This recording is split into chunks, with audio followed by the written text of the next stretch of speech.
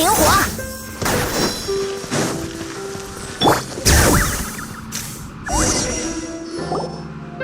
这附近就是书报摊了，我们要不要去买份蒸汽鸟报看看？我猜爱热闹的枫丹人一定不会让读者失望。啊，好巧，那不是夏洛蒂吗？旁边的人是基尼奇。哦，这个怎么样？失落秘宝重现人间，感受雷穆利亚茶水杯的美。等下，我找到个厉害的。不法餐厅用龙肉炖菜招待客人，竟大受欢迎。够狠，但总觉得还差点东西。哦，有了。最高审判官遇刺重伤，因故无法出席跨国走私案庭审。哦天哪，竟有此事！虽然很不甘心，但是你赢了。我没听错吧？他们在说纳维莱特遇刺，还重伤了。不对，这肯定不太对劲，对吧？我就说好像听到了很熟悉的声音，这不是旅行者和派蒙吗？这不是巧了吗？就在几分钟前，我和基尼奇先生还说到你们呢。只可惜基尼奇先生是位谨慎忠诚、守口如瓶的好朋友，不肯透露更多细节。所以，有关伟大英雄旅行者与纳塔凯旋的故事，是不是可以？哎呀，你还是老样子，这么谦虚。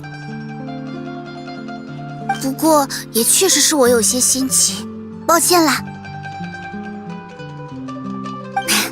总之，还是正式打个招呼吧。二位好久不见，有空回枫丹玩啦？你们好，没想到在这里见面了。确实惊喜，也带了些惊吓。刚刚不小心听到你们聊的东西，什么龙肉餐厅、最高审判官遇刺什么的，不会是真的吧？啊，你是指我们念的那些地摊小报的新闻标题吗？新闻标题？我和夏洛蒂小姐正在比赛，看谁能找出最离谱的假新闻。不知道是我的运气比较好，还是助我优胜的素材比较多。哎呀，很抱歉让基尼奇先生看到了枫丹不太光彩的一面呢。为了博眼球、促进销量，这些三流报纸总是想在大标题上营造出令人震惊的氛围。还有些良心的呢，会在正文里澄清标题的谬误，只能算是使用卑劣手段引人购买。而另一部分呢，就比如我们刚刚在读的那份，就是完完全全的捏造事实了。严格来讲，大约还有1%的真实吧。基尼奇先生还挺宽容的呢。他宽容？开什么？别误会，我当然不是在承认这些新闻的真实性，只是想感叹，人的想象力就算再丰富，也还是基于现实发散的。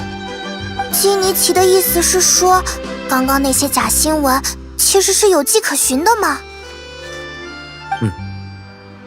最近的确发生了一起走私案，餐厅里出现龙肉，或者古遗迹里挖出了茶杯。有以上种种说法，就是因为有关走私品的传闻太多了。然而真实的赃物只是一些从纳塔遗迹里挖出来的少量古文物，其过程中没有任何龙受到伤害，放心吧。最高审判官先生没有主持这次庭审，也只是单纯因为这起案件本来就安排给了其他的审判官。莫芒宫又不止一位审判官，总不是凡事都要纳维莱特先生亲力亲为吧？说到这个，多亏了基尼奇先生作为重要人证出席庭审，案件的审理进行得非常顺利。原来是这样。刚刚因为对你们说的话太过震惊，都忘了问基尼奇为什么来枫丹呢。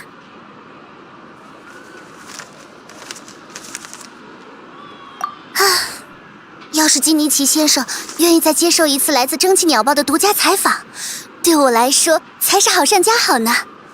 这起案件本身并不复杂，我当庭的陈述已经足够清晰。我猜夏洛蒂小姐其实是想挖掘关于纳塔的新闻吧。哎呀，不愧是纳塔有名的猎龙人，真是敏锐。感谢贵报的邀请，但正如我之前说的，我并不是善于讲故事的人。不善言辞金鱼起，笨嘴拙舌金鱼起。啊！如果真要采访，不如问问旅行者。的确是个好主意。不过这样的话，需要准备的东西就多了。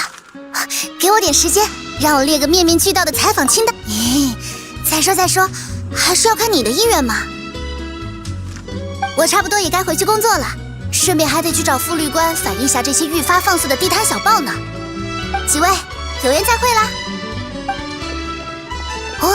不愧是夏洛蒂，总是来去如风。不过话又说回来，刚刚我就想问了，那个之前是不是有个阿乔，或者说很像阿乔的东西出现过？哦，你说那个东西啊，就是阿乔。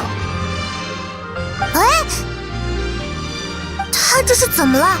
虽然还是很吵，但是和以前比话也太少了，还躲躲闪闪的。说不定哦。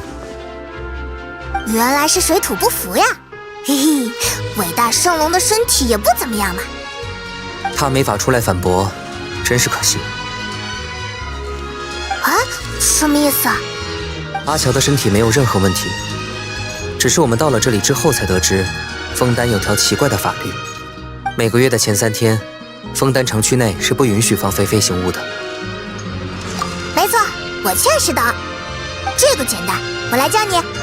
只要金尼奇一直拉着阿乔的尾巴，那他就只能算是伟大圣气球龙，不能算伟大圣飞行龙啦。实不相瞒，我也是这么想的。但阿乔对自己变成微型愤怒热气球的反应十分激烈，不过总让他这么一惊一乍的出现也很烦人。我早上看莫芒宫的公告板上说，最近城外要举办活动，似乎和枫丹的特产硬银有关。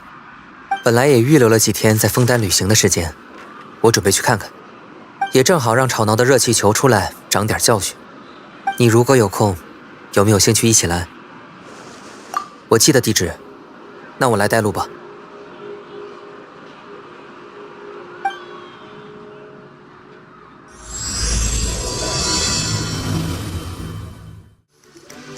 Looks like I remembered correctly. Here we are. Wow, this is awesome! Hard to believe it was just an empty beach before. Yeah, it was still completely deserted only a few days ago when I passed by on my way to testify at the Opera House. There must be some efficient workers in Fontaine. Quite impressive. A few days? One night was all it took. Rap-a-tap-tap, ta-da!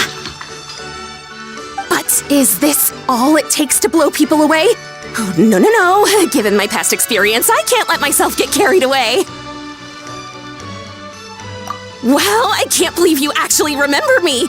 It's me, Lepine Pauline. That's right, the unlucky one. Of course! How else would we have managed to build Fantasyland in a single night? Fantasyland? At least that's how I like to think of it myself. A magical land of fantasy, the stuff of film buffs' dreams. I know it sounds like I'm laying it on thick, but that really is the goal here. As you can see, the theme of this amusement park is Fontainian filmmaking, a place for all film lovers to come together and co-construct a world of dreams. Co-construct? Well, that's a relief. Sounds like you're sharing the cost this time rather than pouring your entire life savings into a single project. Nope! I might be inviting others to help fund this, but that doesn't mean I haven't thrown all my life savings into it too! Huh? You've got to be kidding. Ha! Look at you, puny little humans. Recklessly betting your entire future against some stupid vanity project. If you're expecting even an ounce of sympathy from the almighty Dragon Lord, dream on! Mockery is all you shall get, straight from the heart! Sorry, just ignore that little gizmoid. He likes to butt in occasionally. Do go on. Gizmoid? Who are you calling Gizmoid? You're the Gizmoid! Wow! That's quite a nifty mecha you've got yourself there. Is it some sort of smart personal assistant? You ought to let Miss Charlotte see your cool gadget. Who knows? Maybe you could even look into mass production. Mass production? Ugh, insolent, vulgar, and disrespectful! I, the Almighty Dragon Lord, am one of a kind! There has never been another like me, nor will there ever be! And another thing, smart is the understatement of the century! I shall have you know that I am Kahulahau, forebear of ancient wisdom! I lived for eons long before any of you were born! What? Heavens above! I beg your pardon, forebear of ancient wisdom. Please, I meant no offense. Idiot meets idiot. What's all the fuss? Making some new friends, are we?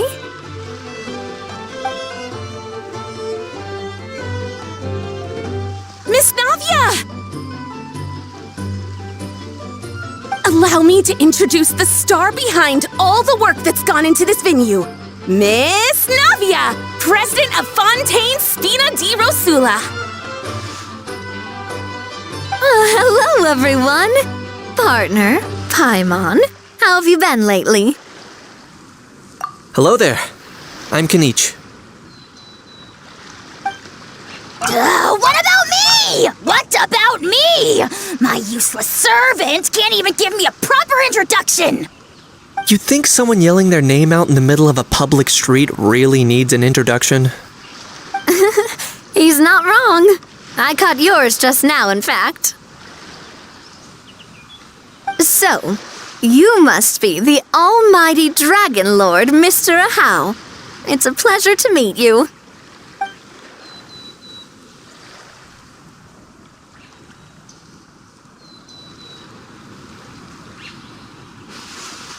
Oh, see that? That's what I call proper manners. Well, it's not every day you meet a well-mannered human. Navia, was it?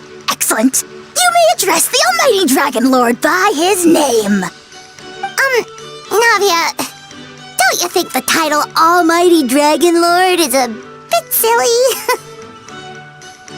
It's no big deal. All little animals do that, don't they? I mean, try to puff themselves up to look more impressive. Anyway, it's all thanks to Miss Navia and the Spina di Rosula that Fantasyland's gotten up and running in the space of a single night. Honestly, thank heavens! After all that paperwork and endless waiting, the event and venue finally got the green light. I couldn't wait a moment longer. The second the approval came through, I reached out to President Navia, hoping she could lend a hand. After all, who else but the Spina di Rosula would indulge such impulsive demands?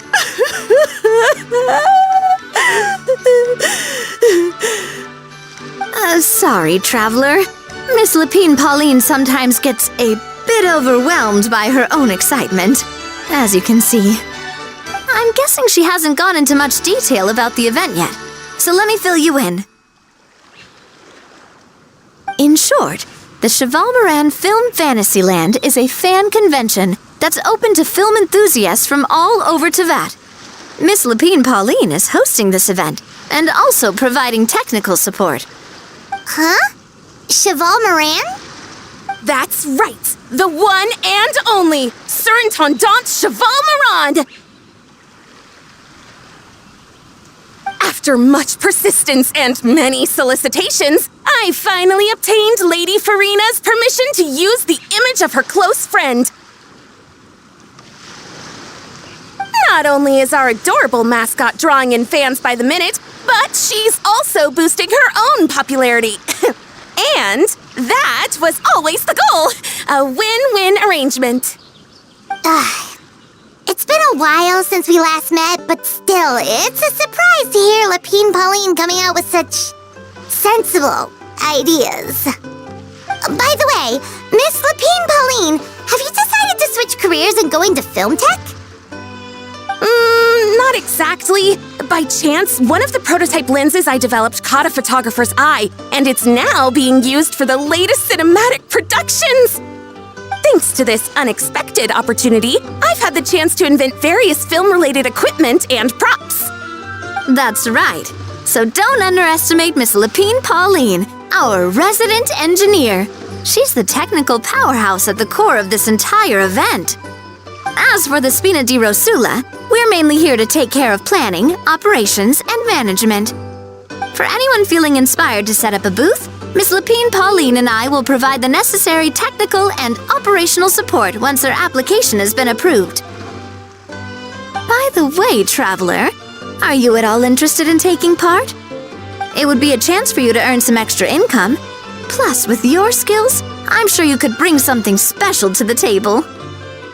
Paimon would be even more tempted if you were to, say, throw in one of those fancy feasts she's seen in those gourmet food reels. Well, as it happens, that'll be a piece of cake. Everyone needs to eat, whether they be tourists or the stall owners themselves. So thanks to Miss Navia's help, we've managed to invite none other than the celebrity chef Miss Escoffier to run our theme restaurant. Look over there!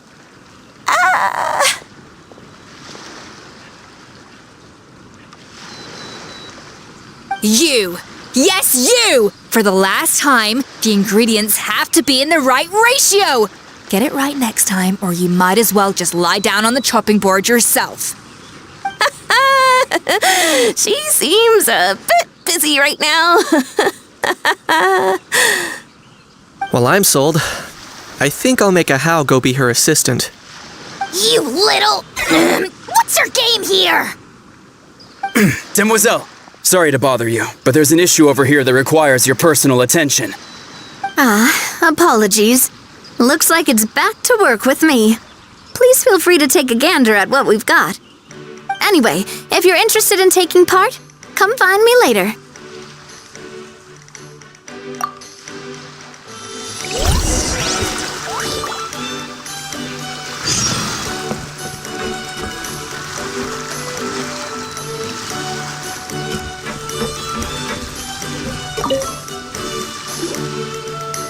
Greetings. Apologies if you overheard my harsh words just now, but I assure you it is entirely necessary.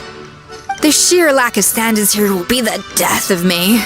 Do you have any idea of the kind of customers I'm gonna get with how lax things are at the moment? The ones that leave their guns behind by accident and then come back to collect them later bringing ammunition with them. Yeah, that's the kind of customer you wouldn't forget in a hurry. Oh... Wait, has that happened before? No, it's just the mention of guns reminded me. Someone did actually leave their gun nearby. Huh?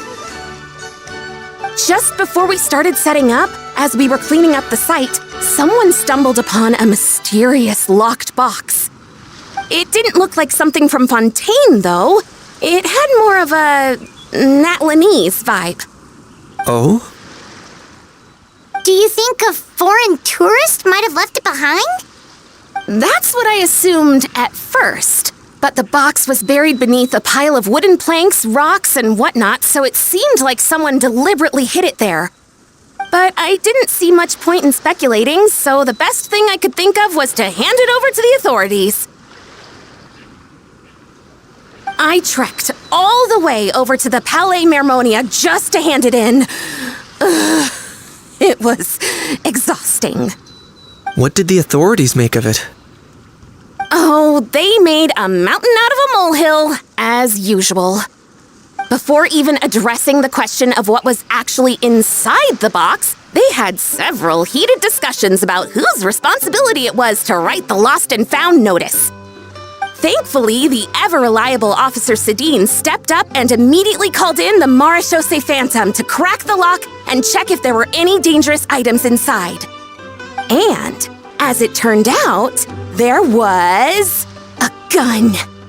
Wow, that's a dangerous item, all right. Mind if I ask what kind of gun it was? Oh yeah, Mr. Kanich, you're from Natlan, aren't you? Do you know a lot about guns? You could say it comes with the job. I have an interest in weaponry and the like. Ugh, such a spoiled brat. What, are the toys I gave you not good enough for you anymore? Yep, got sick of those long ago. Ugh, you little... How dare you turn your nose up at my gifts! Why Time for a timeout, old-timer. Sorry, where were we? Oh yeah, do you recall what the gun looked like? It's a bit hard to describe. If you ask me, it didn't even really look like a gun.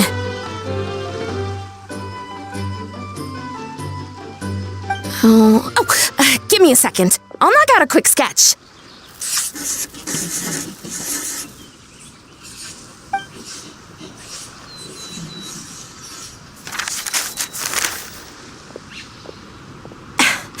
Something like this. Whoa, it's so neat and precise!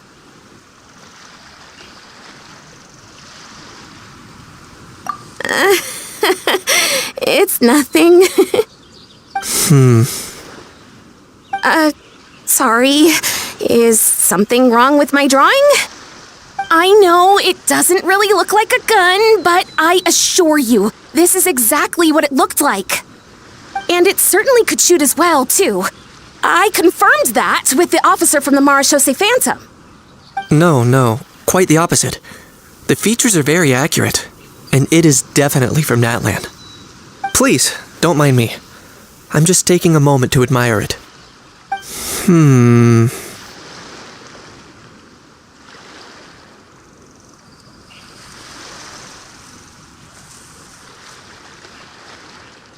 I should be the one thanking you. Thank you, and everyone else for your support. Don't mention it. Besides, we haven't really done anything. Not at all. The buzz and excitement you guys bring is exactly what this event needs. Oh dear, I'm starting to feel a bit guilty watching everyone else toil away. Guess it's about time I got back to work too. But just before I go, one last thing. Traveler, it's wonderful to see you. Here's to a successful collaboration.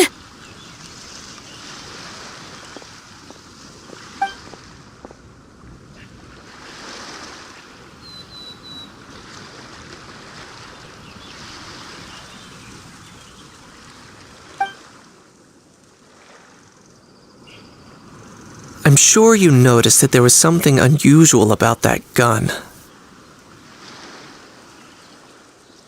Correct. It's most likely an old weapon dug up from some ancient dragon ruins. Based on my experience, it might be more accurate to refer to it as a hand cannon, but in Fontaine terms, it's not wrong to call it a gun. Given why I came here, don't you think it's curious that an ancient dragon relic of unknown origin would turn up like this, out of the blue? I suspect this gun might have something to do with that smuggling case. It might have slipped through the cracks. Time is of the essence, so I'd like to head over to the Palais Mermonia to verify my suspicions. Perfect. Then we can head out right away. Or, if you want to catch up with your friends first, I can wait.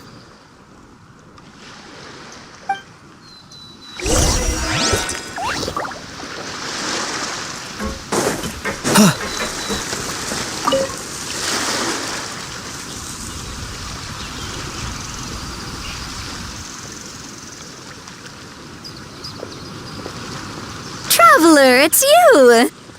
Ready to join the Chevalmarin Film Fantasyland crew?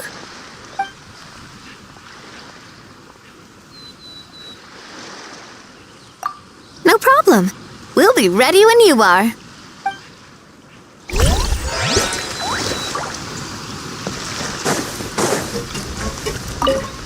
The fresh vegetables from the new batch are exceptional quality.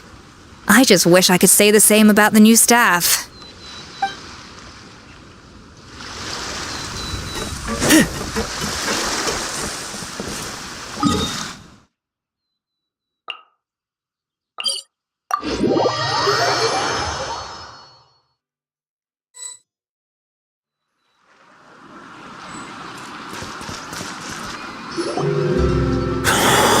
Oh, man.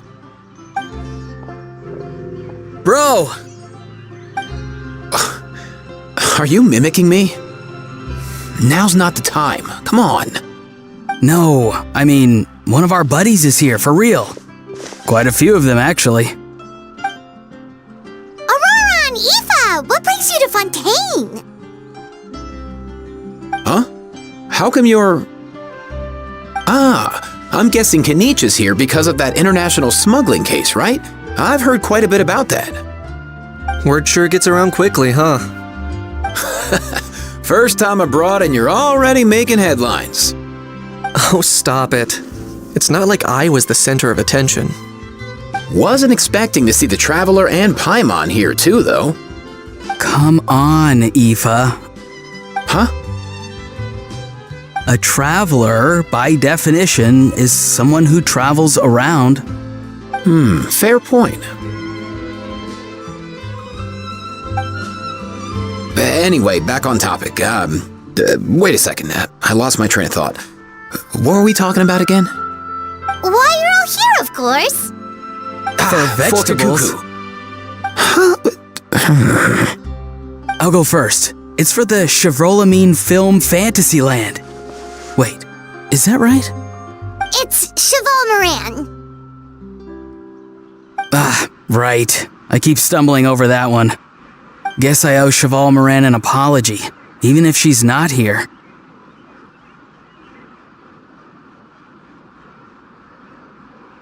Anyway, long story short, the festival restaurant urgently needed fresh vegetables from Natlan, which is why Aoife and I are here. So, you guys are vegetable couriers? He is. I'm just here as a responsible adult. It's his first time traveling so far away from home, and all the elders in his tribe were worried. So they had me come along. Even though it's your first time too. Right, but they still picked me to accompany you. You gotta wonder why that might be.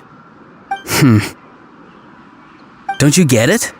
They all just saw how overworked you were, so they used it as an excuse to send you off on a vacation. Wait, what? So I'm getting the grandson treatment now too? See, doesn't matter how much older you are than this dude. Hang out with him long enough, and you'll eventually find yourself being treated like a kid. Meaning everyone looks after you. What's so bad about that? In theory, nothing at all. In that case, guess I better start over. Hi guys, my name's Aoife, and I just turned 5. Paimon's not sure who the responsible adult is anymore. So, what about Kakuku? If he was here, we'd be making more of a ruckus than we already are. That's exactly what's got me worried. Aoife, there's nothing to worry about. You're a big boy. You can handle yourself now even without Kakuku.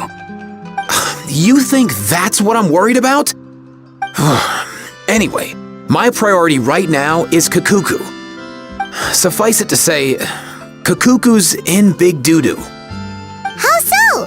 He's so small, and all he knows are a few harmless phrases. What kind of trouble could he even get himself into? Let me guess. Did he get caught out by the law on flying objects? Bro, you too? Not me. How? Oh, that pesky little chatterbox. So that's why he hasn't interrupted us this whole time. Guess he's too scared to show his face. That, plus he's already spouted enough nonsense for one day. So I've put him on mute until tomorrow. Nice one. If I was even half as decisive as you are, I would have kept a closer hold on Kakuku so he didn't get a chance to go flying off. Oh no, bro. Or rather, did Kakuku get caught by the guards for flying around? If they had managed that, we'd at least be able to track him down. But when the guards started chasing him, Kakuku flew into that building next door. I wouldn't be surprised if there was a high-stakes pursuit going down in there as we speak. Just like one of those cool crime movies. Which building? That one? Yup, that's the one. Kakuku sure has a good eye for a getaway. It's the tallest building around. I may be able to fly up pretty high, but checking every last window would still take quite a while. As for Aoife, well, let's just say he's not flying anywhere without a Saurian. Sorry about that. Not like it's my fault, though. You don't have to apologize on my behalf. Wait a sec. What's this got to do with how high you can fly? Kakuku's got himself into a real mess here, like a panicked animal running straight into a trap. It's pretty worrying. I'm starting to picture him flapping through a barrage of gunfire while important documents are flying about left, right, and center. Heck yeah! If anyone can pull it off, it's Kakuku. He's always been such an awesome Saurus. I believe in him.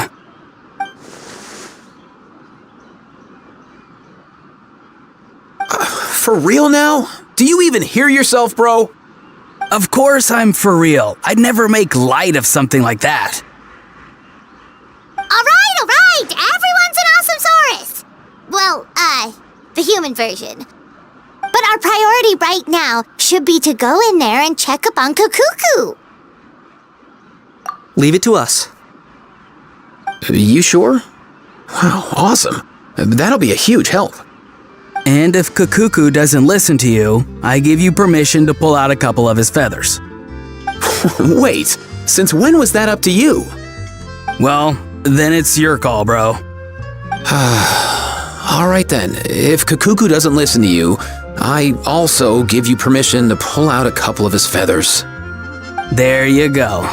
If he objects to that, tell him to come find us. He won't. Trust me.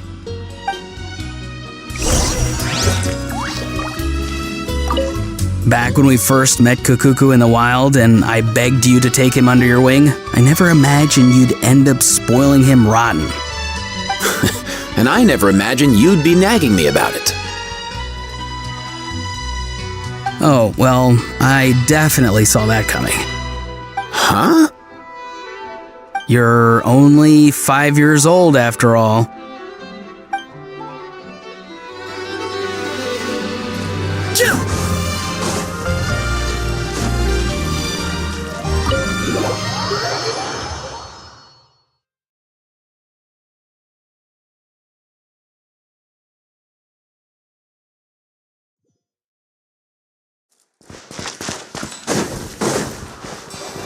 Nothing new there. What's all that commotion? Are they arguing in there?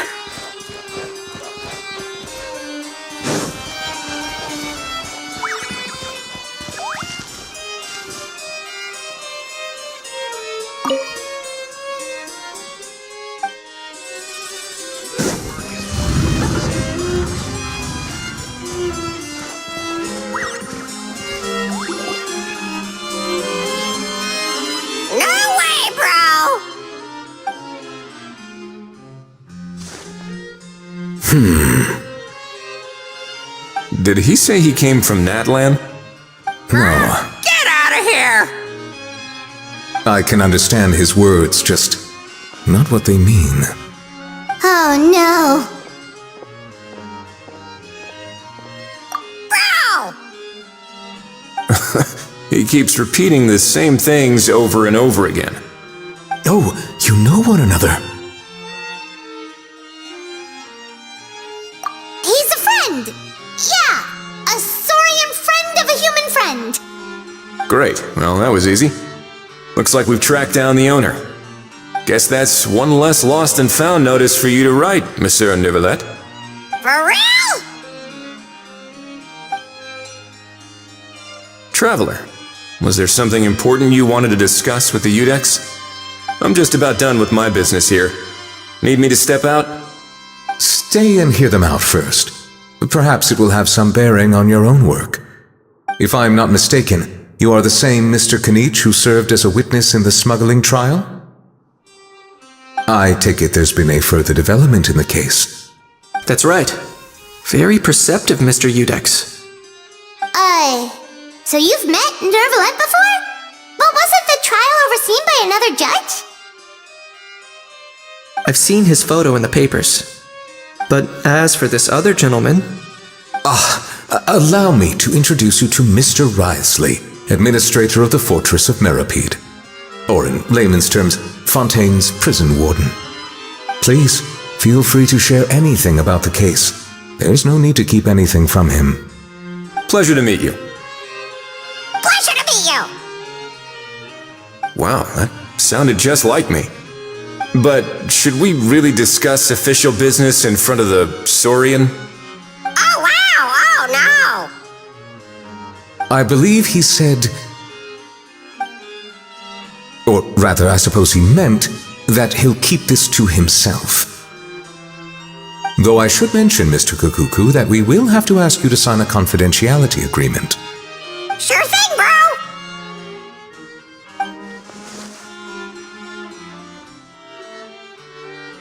Let us return to the matter at hand. Mr. Kanich, was there something else you wanted to discuss relating to the case? Yes. Let me fill you in.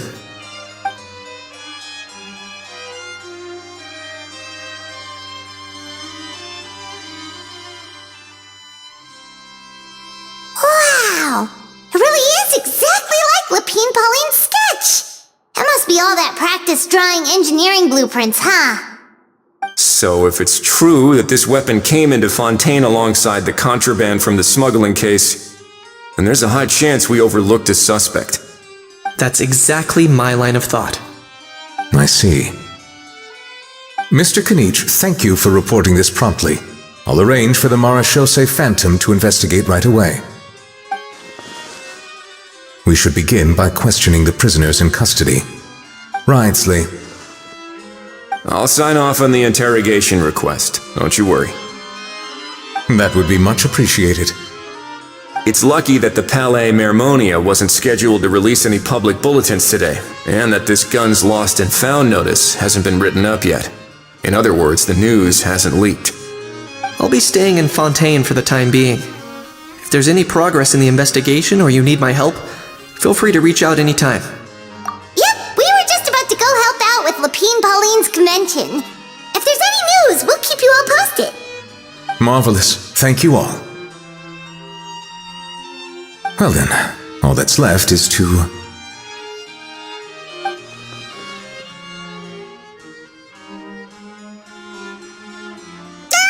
You miss me, bro? He really does come out with the most unexpected things. Who did he learn it all from? Huh.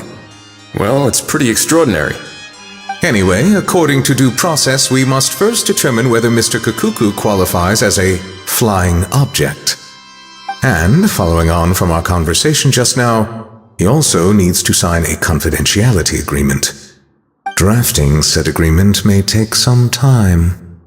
Looks like you'll be staying with us for a while then, Kukuku. Excited?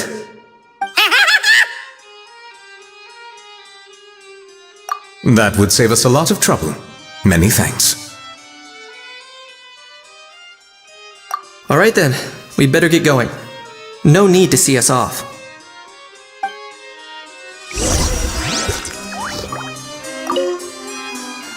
I know you mentioned a while back that people from Natland would soon start showing up all over the world, but I hadn't expected anything like this.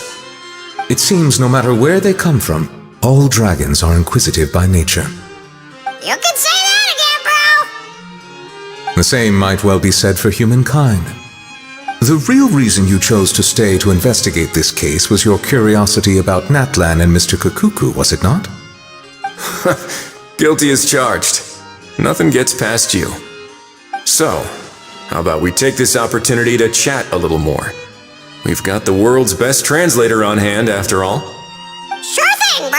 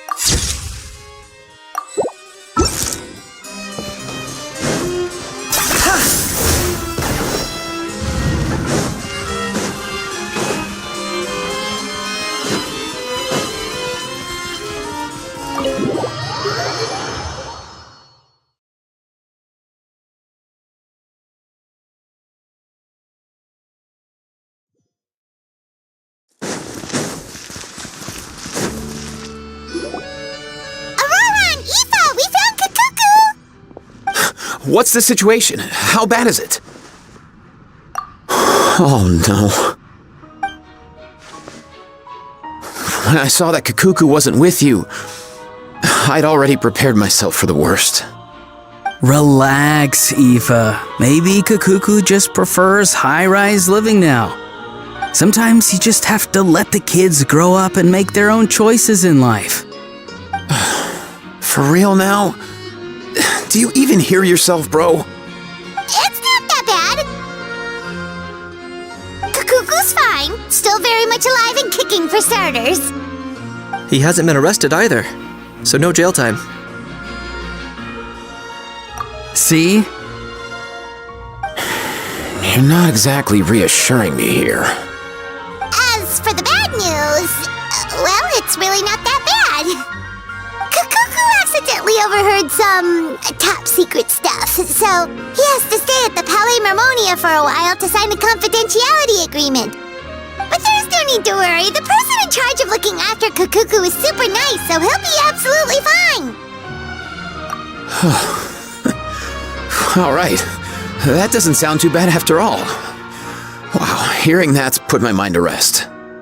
But based on my understanding of how things work here, the ban on flying objects should be over by the time Kakuku actually gets out. What a shame. Oh well, I guess we'll just have to go have some fun without him. You don't look disappointed in the slightest. Anyway, Auroron and I will be staying in guest rooms upstairs at the Hotel de Boer for the time being. Feel free to drop by if you need us. Yay! Problem solved! All right, let's catch up another day.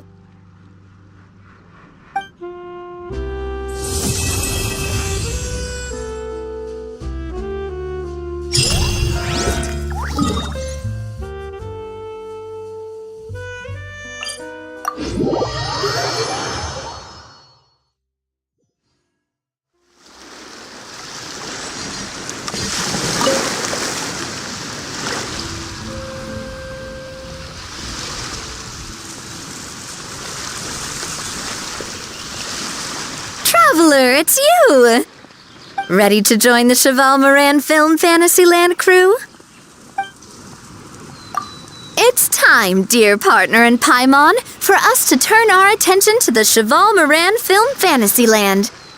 As I mentioned, the park was started up by enthusiasts who brought in the Spina di Rosula to handle the planning, construction, and operations. Of course, enthusiasts aren't typically all-around experts.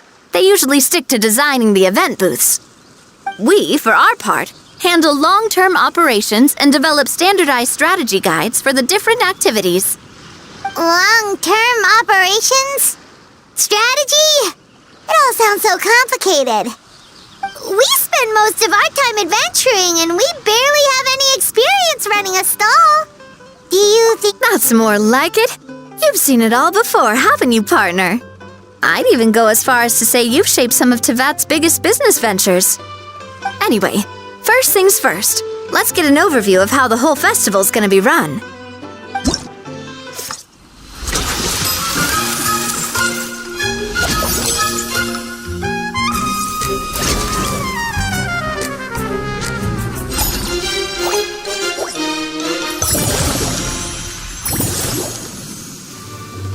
As you can see, our Fantasyland's a bit like a sugar-free macaron right now.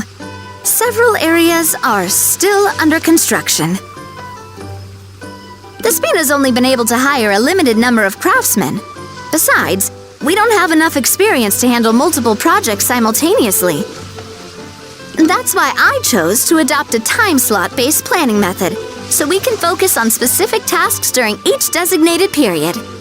Upgrading facilities, expanding the venue, hiring staff. All of this requires funds and time slots to accomplish. So, it's our job to allocate precious time slots in each business cycle to the most worthwhile tasks. As we attract more guests and earn money to add to our funds, we'll also be able to work more efficiently, which will allow us to divide each cycle into finer time slots, which will let us get more done. So we'll be limited in the decisions we can make and tasks we can focus on within each time period. Which means we have to use our limited actions and Mora to earn even more Mora. Kinda like playing chess or cards then. Cooking up a strategy in advance is gonna be key. Paimon thinks she just about gets it. How do you feel about it, Traveler? Yep, come on, we can do this. You mentioned standardized strategy guides just now. Does that mean there are non-standard ways to take part too? Of course. Film and entertainment mean different things to different people. And there's gonna be a wide range of exciting activities for people to try out. If we're not careful, some visitors might wander off and end up getting in trouble. And others might pick up dangerous props by mistake. To avoid confusion, we need to create a standardized strategy guide for each activity.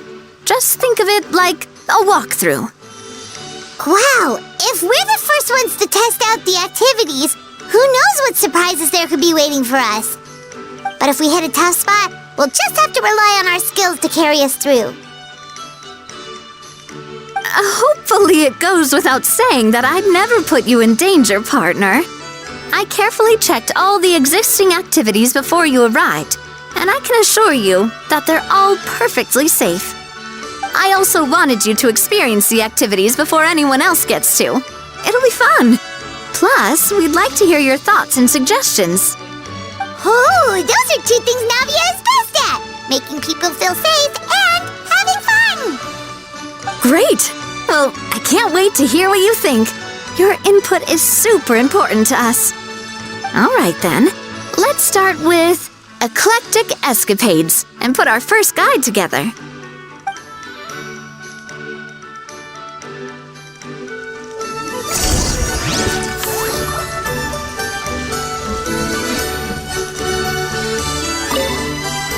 All right then, time to try out Eclectic Escapades.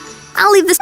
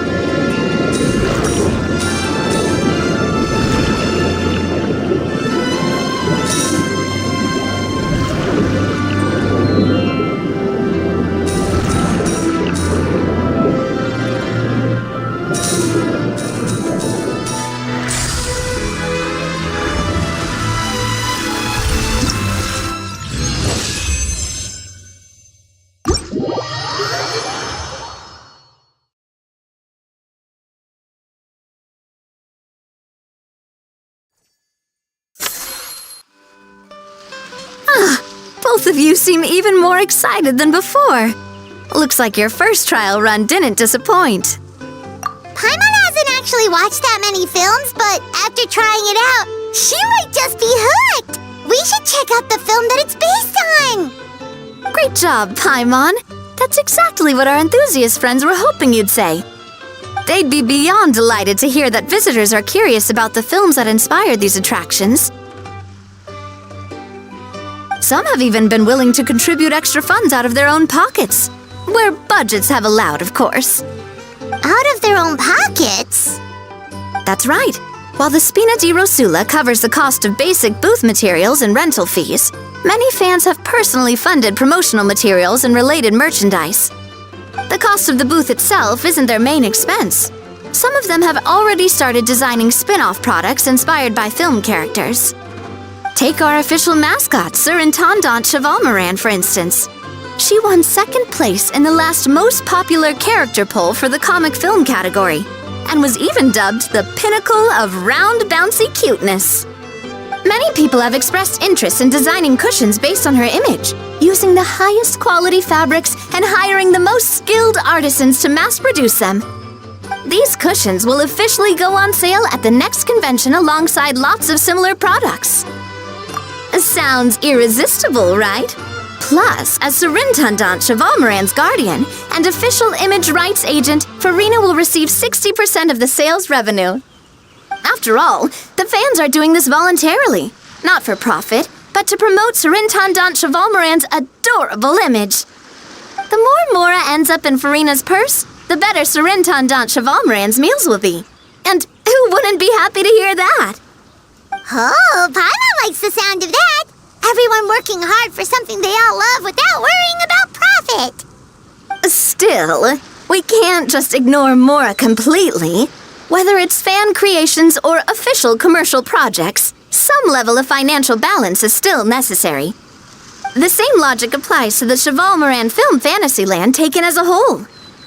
Once we finish the standardized strategy guides, our attractions can officially be open to the public. But we can't take personal charge of the ticketing process.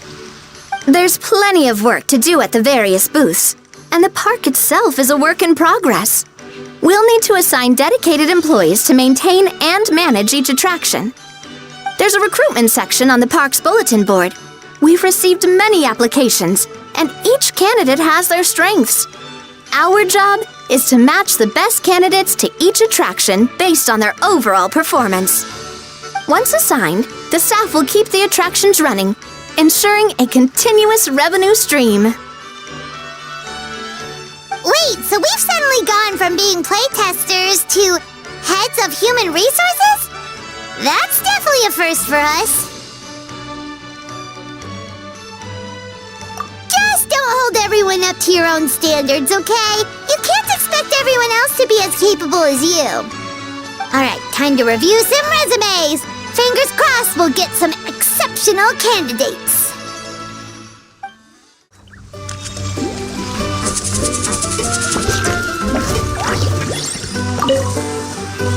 When reviewing resumes, pay attention to each applicant's area of expertise.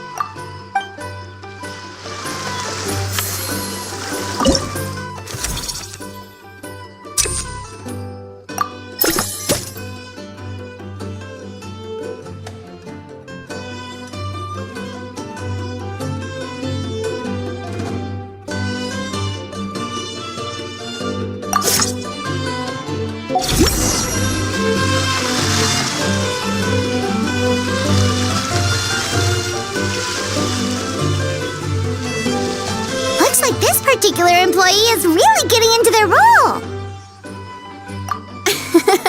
You're both doing great. You sound more like bosses than I do. In any case, with this, the Chevalmarin Film Fantasyland is now officially open. Running a theme park is a long-term project. You won't make much if you try and rush it. We're just about done with our current work setup, so let's take a short break and wait for this cycle's revenue report to come in.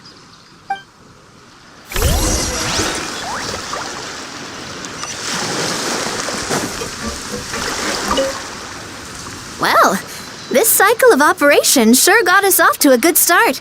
On to the next one.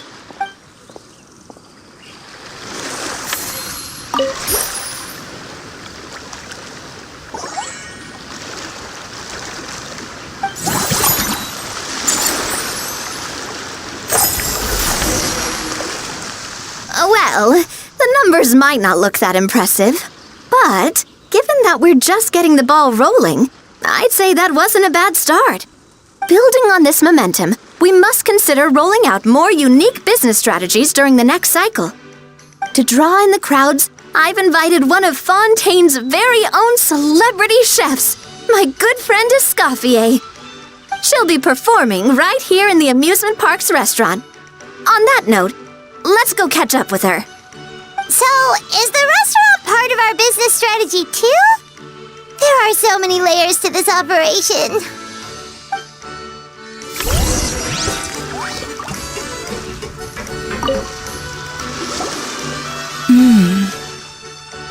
The restaurant is up to standard, and the waterside location will make for a unique dining experience. The beautiful scenic reflections in the water create a stunning backdrop, lifting diners' spirits and allowing them to truly savor their meals. Ingredients, check. Cooking utensils, check. Looks like we're ready to rumble. Hey there, Escoffier! Oh, my employers are here. The president of the Spina di Rasula, plus the famous traveler and Paimon. I must say, you seem a bit overqualified to be running a film-themed amusement park. I'd say that if anyone here was overqualified, it would be the former head chef of the Hotel de Boer. Wherever you walk, the aroma of fine cuisine follows in your wake. Let's get back to business. I'm guessing you want the traveler to help me decide the theme dish for each cycle, right? This is the business strategy I mentioned earlier. Using Escoffier's top-tier dishes to attract more visitors to the park. But this isn't just about attracting visitors.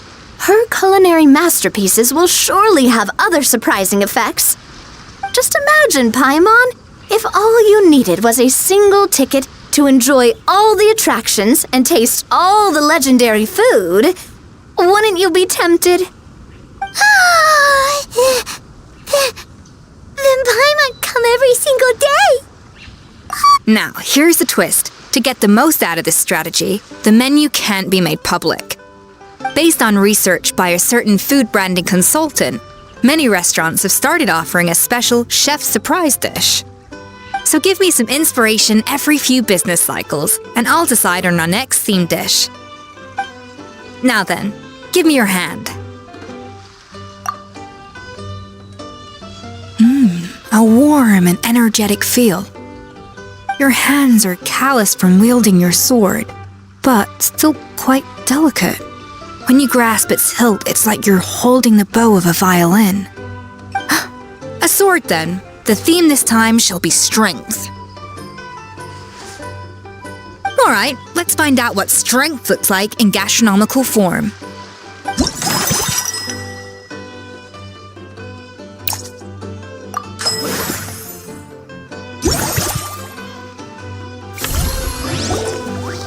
I've refined the sauce for these barbecue ribs.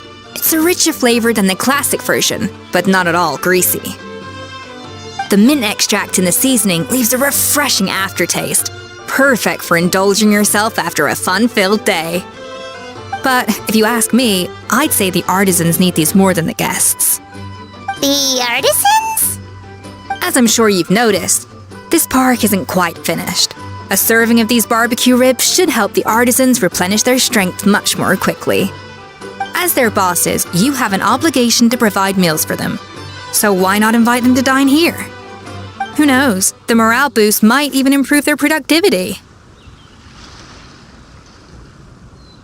Oh, if I recall correctly, you once served up some special fish and chips for the porters over at the Fleuve Centre.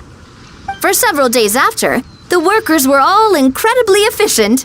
They'd finish 8 hours of work in just 5. And then, because they clocked out early, they'd come back completely refreshed the next day. Then there's no time to lose. Go invite the artisans over while these ribs are still hot. I'll prepare some side dishes and desserts too. That's a great idea! You really live up to your reputation, Escoffier! Looks like these themed dishes are gonna make a huge difference after all. We'll have to make sure we check in with you regularly. The artisans are pumped and ready to roll thanks to that themed dish. And perfect timing, too. Let's take this chance to take the facilities of our eclectic escapades to the next level.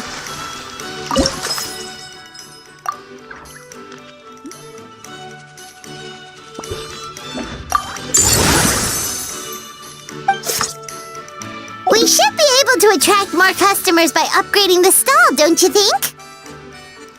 That's right. Based on my business experience with the Spina di Rosula, I've quantified the service value to help you intuitively understand how satisfied customers are with each stall. An attraction will reach its ideal revenue only when its service value meets customer expectations.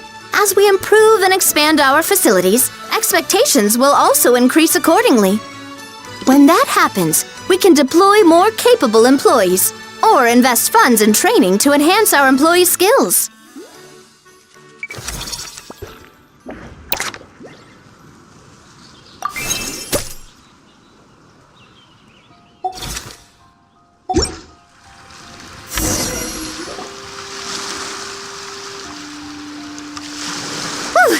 That should be everything. Looks like you've pretty much mastered how to run this park. Huh? Have we really? Thinking about it, we have learned quite a lot, haven't we? Oh, not at all. I wouldn't say I taught you much. Your intuition's been guiding the way mostly. I imagine long-term operations sounded like a scary prospect the first time I mentioned it, huh? But don't let that scare you. Just break things down into smaller steps and tackle them one at a time. Even if you're not a genius or naturally gifted, you'll get it done in the end. Whoa, seeing your own progress has really got Paimon fired up! Actually, she's gonna jot your words of encouragement right down. From here on out, we'll be running the Chevalmarin Film Fantasyland together. Let's make it a big success!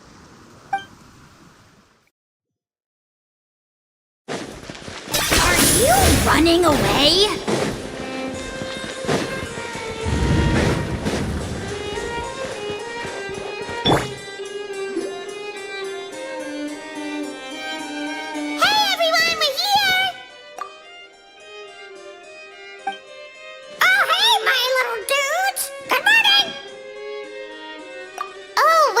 Cuckoo's learned a new greeting!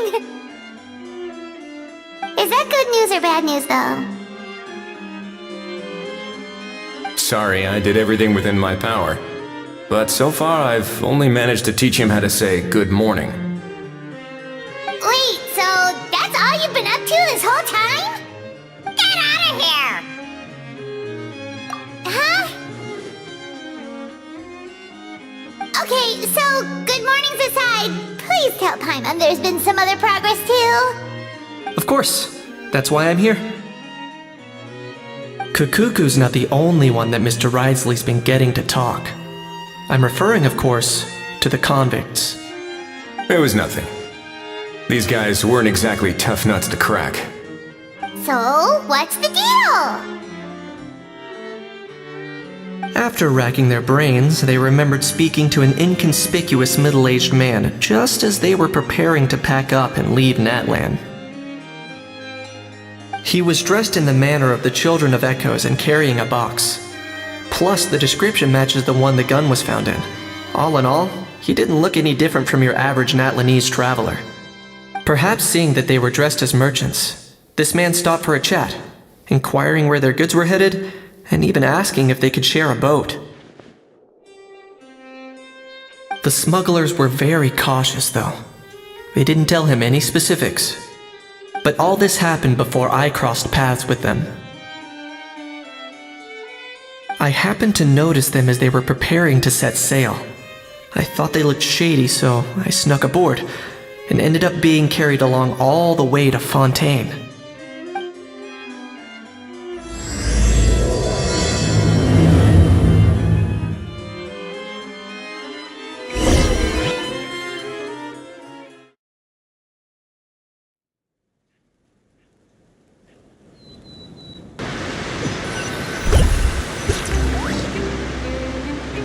Boss, do we know if those Fontanians will even like this stuff? What if we can't shift it? And that's why we call you a rookie. It's all supply and demand, kid. Supply and demand. Natlan's foreign trade is just starting to lift off. There'll be a market for it, you'll see. That's right. So stop giving the boss trouble, rookie. Just do your job and keep an eye on the goods. Are they merchants? Have they come to Fontaine to do business? Scarred face. Calloused hands. On closer inspection, the fabric looks worn at the knees and elbows, and his fingernails are dirty. Not exactly your typical merchant. Could he have previously been a warrior? Or even an adventurer? Something feels off. I'd better sneak up and get a closer look.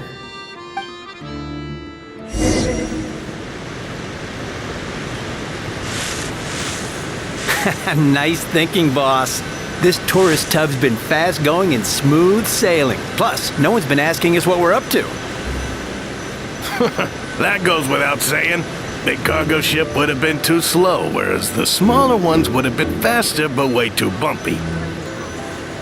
If we ended up damaging the goods by accident, all these months spent grafting away would have gone up in smoke. Seriously? But there's hardly anything here. Would it really have taken them months to prepare? And why would they need to transport it with such care? Could they be secretly smuggling precious items out of Natland? I'll need to find a way to get to the bottom of this.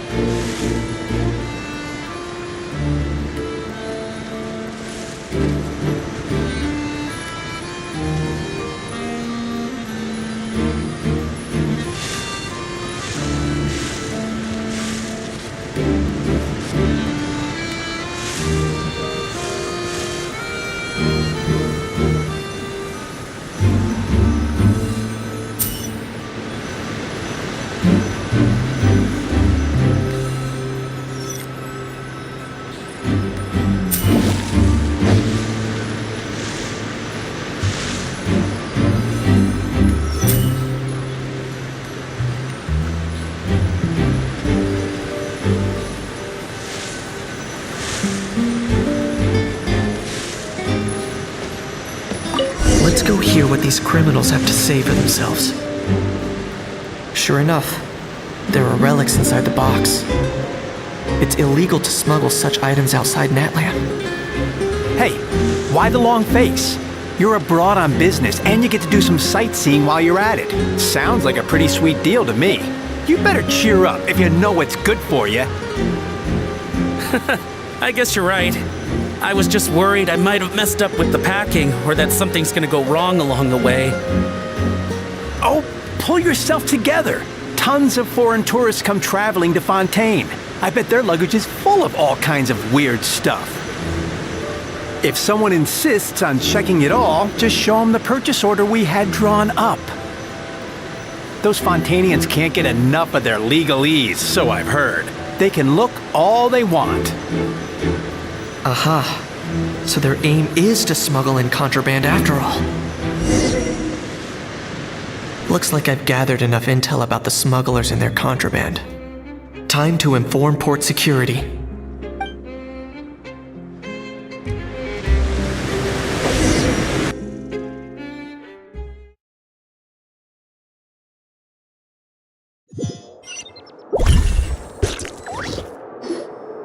So anyway, that was when I went and told the Fontainian guards about my suspicions. After an investigation and a chase, they finally apprehended them and sent them on their way. Well, guess they're headed exactly where they should be. Thanks. Based on your recollections just now, I was completely focused on those smugglers at the time, so I wasn't really paying attention to other passers-by. Yeah, Kenichi, you did great! in other words, the person who brought the gun here, the one who lost it, has no connection to the smugglers whatsoever. They were working entirely on their own. Oh dear, oh dear! Sounds like Mr. Kakuku wants to chime in? He said this elusive individual's actions are positively mystifying. It's a good observation, I quite agree. However, we still know next to nothing about the person. Perhaps we should start by focusing on the lost item itself.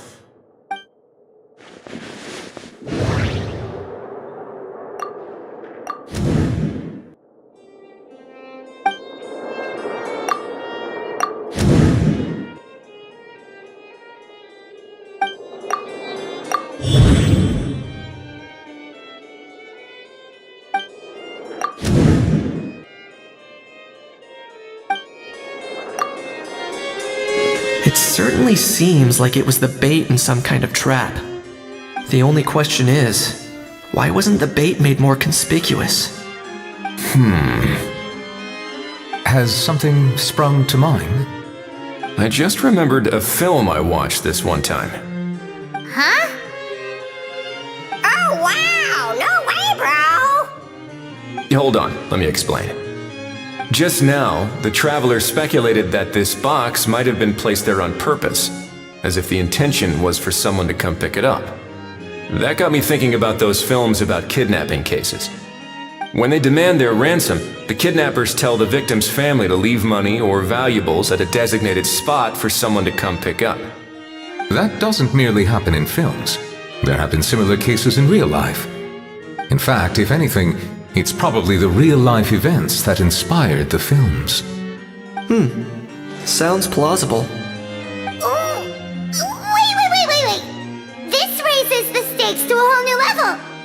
If the gun really was some kind of ransom, then since we took the box, the kidnappers never got their payment, so does that mean they executed the hostage? I agree. I don't believe we have a kidnapping on our hands. Selling off stolen goods is extra work that most kidnappers would want to avoid. Unless they're after something very specific, they tend to just ask for cash. Could we be dealing with a kidnapper who's dead set on getting their hands on an ancient dragon handgun? It's not impossible, but the likelihood is very slim. We can discount that possibility for now. And speaking of selling stolen goods, don't you think this looks more like a transaction?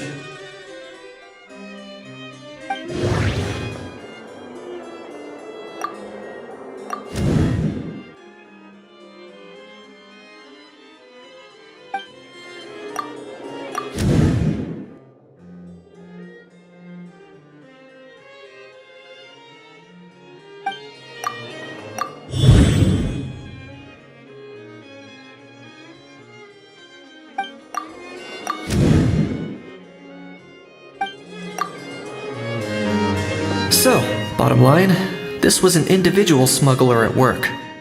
Exactly. And it was the location itself that caused the deal to fall through. The last thing they would have expected was for a quiet beach to turn into a bustling film convention overnight. Not only is the area now packed with tourists, but the Spina di Rosula have a presence there. I'll bet that both parties were completely caught off guard. That sounds like a plausible theory, but how do we verify it? Looks like your people better start rolling up their sleeves. How so? Easy. Just follow the usual procedure by putting up a lost and found notice. The more routine we make it seem, the more likely the suspect will come forward to claim it. Even if they send a proxy, we're liable to get our hands on new leads. And timing-wise, it's about time we updated the bulletin board anyway. All we need now is a lucky gestionnaire to write up the notice for us post-haste. Ah, so that's what you meant by rolling up their sleeves. In that case, I may as well write it myself. Delegating this to someone else would require an additional explanation.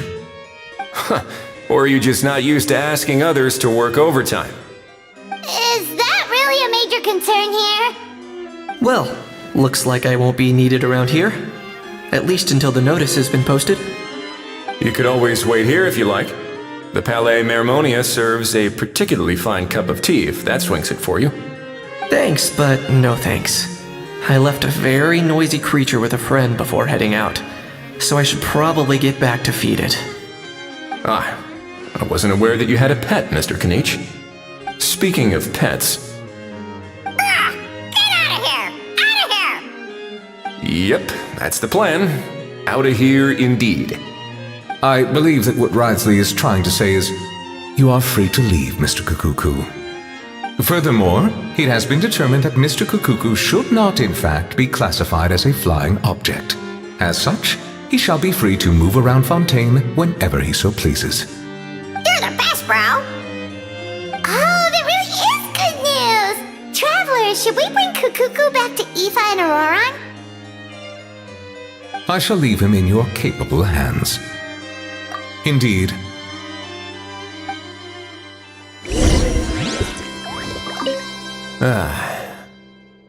You know, all this has made me realize that I'd quite like to have a pet.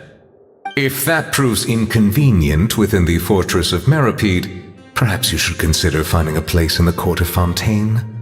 That actually sounds like a good idea. In the past, I always dismissed the idea of buying a property in the city. The prophecy about the floods meant it never seemed like a worthwhile investment. But now... This might be a good time for you to re-examine the documents I gave you regarding your title as Duke. Huh? Citizens with honorary titles are eligible for certain benefits when purchasing property in the court of Fontaine. Really? How about this? You read through your documents from start to finish, while I write up the lost and found notice.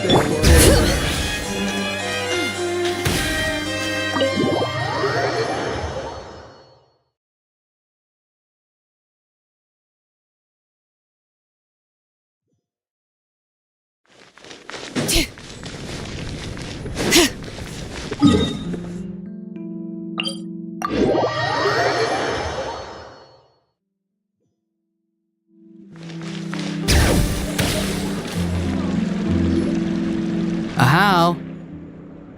What? What now? Let's shake hands. Fine by me. Get ready for a knuckle sandwich! Ugh.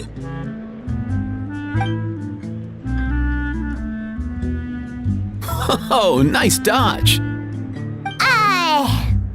Paimon feels strangely inclined to keep a safe distance. You miss me, bro?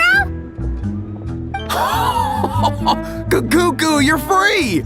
Ugh, not you again. Nope, didn't miss you in the slightest. Hey, Gramps.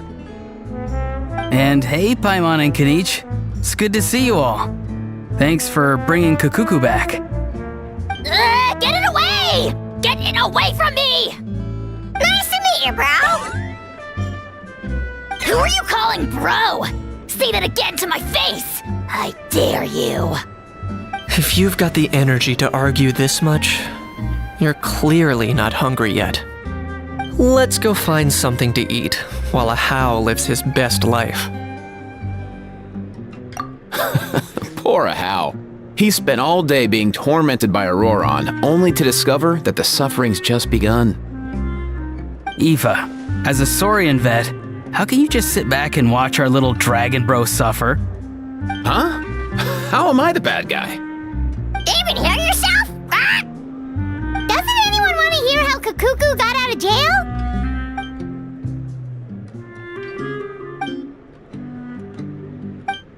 Don't lose hope, How. By the same standard, you have freedom of movement now too. You're still in the game? Same standard? I will not be held to the same standard as that thing! That's right. You won't. As far as I understand, the Palais Mermonia will want to assess your case on its own merits before they grant you freedom of movement.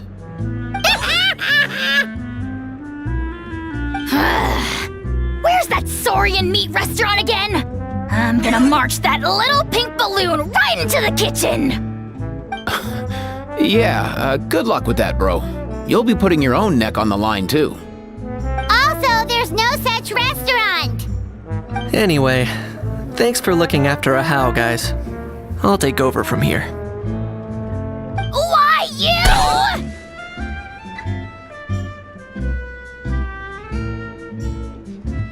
Between the two, Kukuku wins the cuteness competition hands down.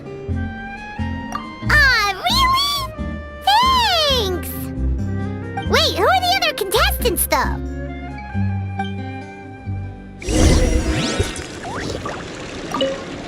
So now that our crew's back together again, what's our next move? Oh, how about a game of rock, paper, scissors? No chance. If I lose, we'll end up stuck in the room watching films all over again. Nope. This time, we'll only watch a film if I lose instead. Had enough too, huh? For real now? Come on. Can we just ditch this whole leaving it all to chance thing? Why don't we take our fate into our own hands? For real now? Come on, bro. Aren't we doing that already? Rock, paper, scissors uses our hands. Don't know why you're laughing. You're stuck with paper every time.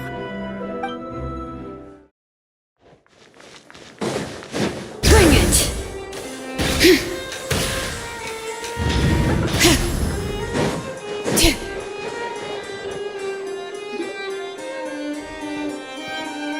Huh, looks like there were quite a few others with the same idea. Ah, hello, you two. Have there been any developments? Okay, guess not. Well, the notice was only just posted. Guess it's pretty unlikely that someone would show up right at... Special Patrol, open up! Ah! Who's there? What's going on? The Special Patrol? I don't think that's who this is. Hey, this isn't the time for silly jokes! Let's go check it out.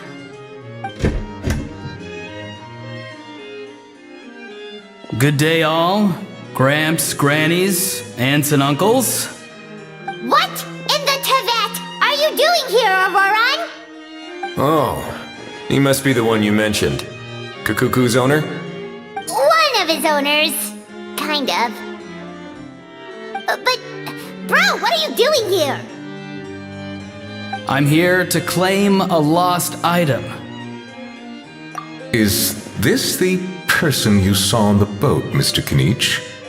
Somehow I highly doubt that.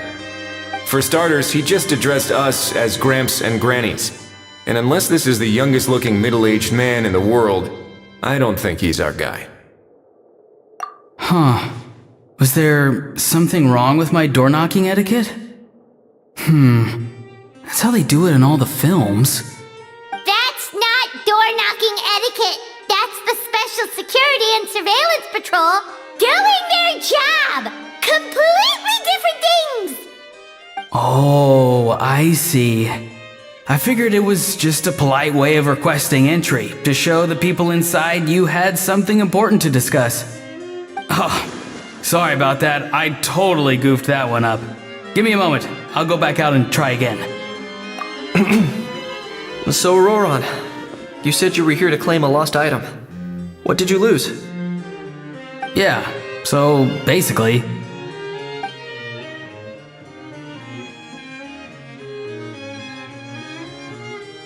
For real now? Oh, come on, bro. Auroran, be honest now.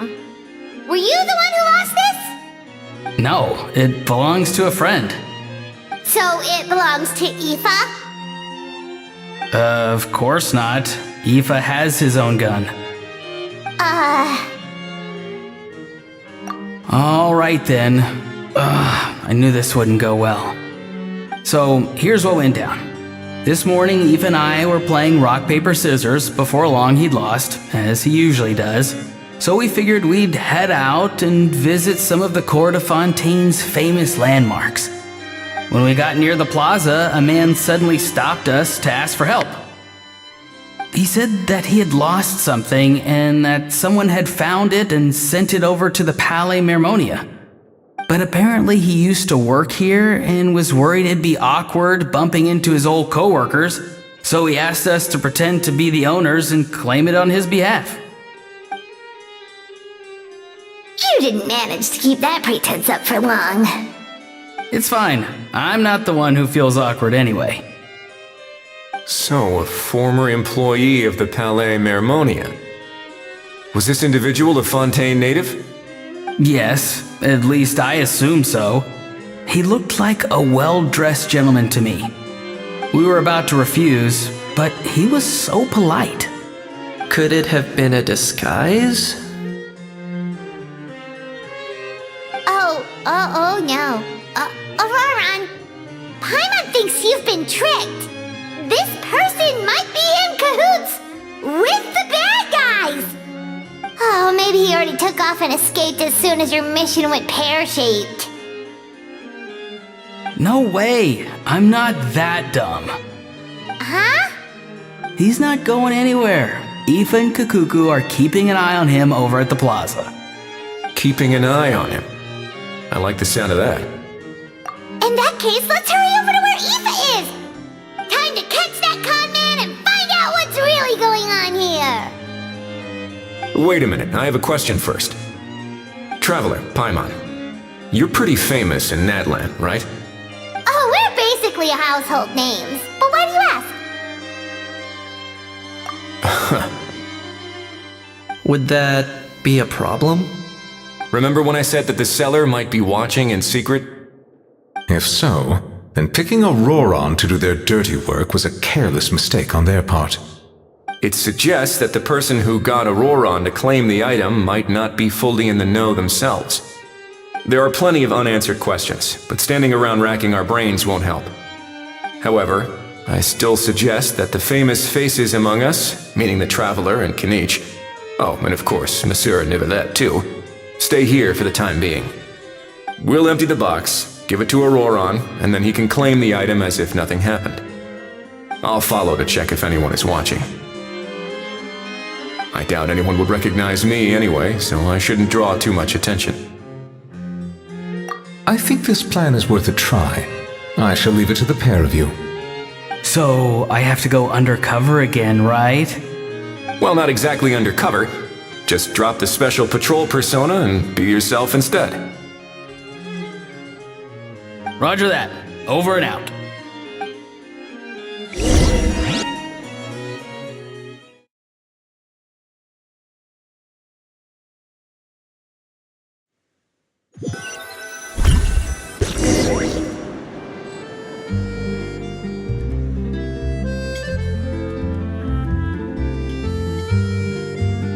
No sign of any suspicious individuals around here. Auroron has entered the elevator as planned. I'll head over to the plaza now. Auroron's taking the elevator. I should take a different route to the plaza. Unlimited Mora or unlimited time?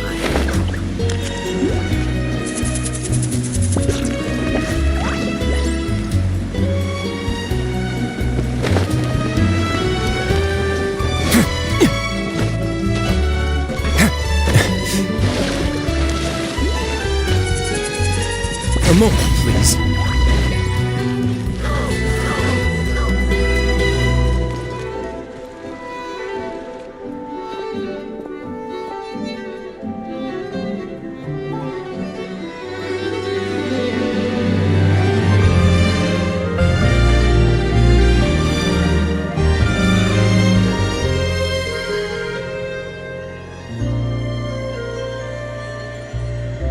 Nothing suspicious going on here either.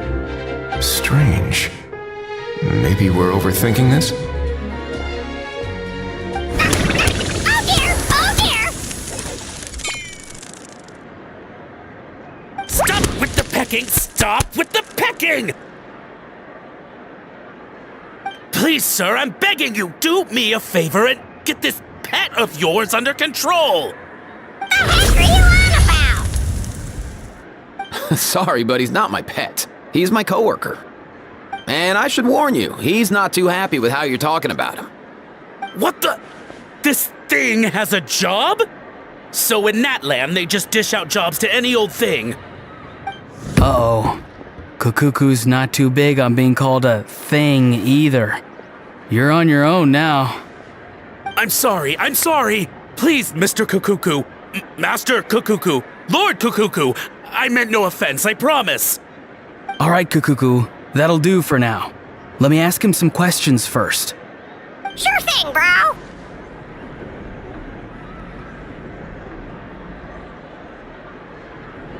Auroron actually looks pretty serious this time. Was he just pretending to be clueless earlier? Interesting. Think I'll sit back and see how this plays out. You actually got it? Wow, didn't think it would be that easy.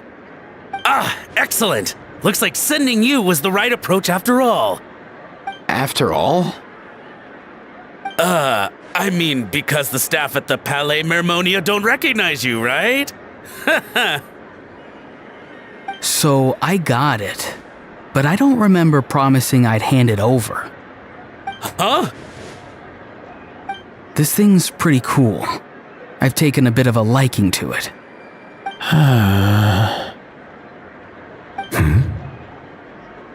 Please don't do this, my good sir, my master, my lord. My very life hangs in the balance. His life hangs in the balance? If this means so much to you, what are you gonna offer me in return? Are you trying to get him to say my life? How'd you know that? Because I watched that film with you. You should drop the act. We don't want a real misunderstanding in our hands. You're probably right. But honestly, I don't know what else to say. Sorry, this is the most myself I can be. Is that enough? Enough. More than enough. Who's this dude? Just think of me as a staff member from the Palais Mermonia. Now, if you don't mind, I have some questions for this gentleman about that life or death treasure you were just discussing. Truthful answers appreciated, of course. Oh no, I'm toast now. What's that supposed to mean? You don't think the Palais Mermonia has the ability to protect our citizens? No, I mean, yes, of course they do. Please ask away. I could do that. But I'd rather you just tell the whole story, from the beginning. I suppose I only have myself to blame. Such a rare antique, I couldn't resist. I'm a collector of antiques. Nothing excites me more than rare, old relics, and to be completely honest, if someone's selling, I'm buying. I don't care to ask where they sourced their goods. As for the seller of this particular item, well, I've never met him in person. We've had some prior dealings, but always under the cover of coded ads in some shady tabloids. Lost and found notices, missing person ads, that sort of thing. As long as I took care to hide a time and place somewhere within the text, then slipped some mora into the envelope before submitting the ad, it would get published. And that was that. No fuss, no trace. Simple, right? Normally, everything goes off without a hitch. But this time, I arrive at the pickup spot expecting a discreet in and out, and instead, I find a whole construction crew at work. That was not what we'd agreed, but I couldn't just let it go, so I reached out to him again the same way as usual. He replied, and do you know what he said? He told me that the item's now in the Palais Mermonia. Well, he wasn't lying about that. He insisted that it would be inconvenient for him to make an appearance himself, but said that if I could somehow find a way to retrieve it from the Palais, he'd give me a discount on the price. Of course it wasn't the discount that swung it. Do I look like I'm strapped for cash? Feeling smug now, are we? Feeling smug now, are we?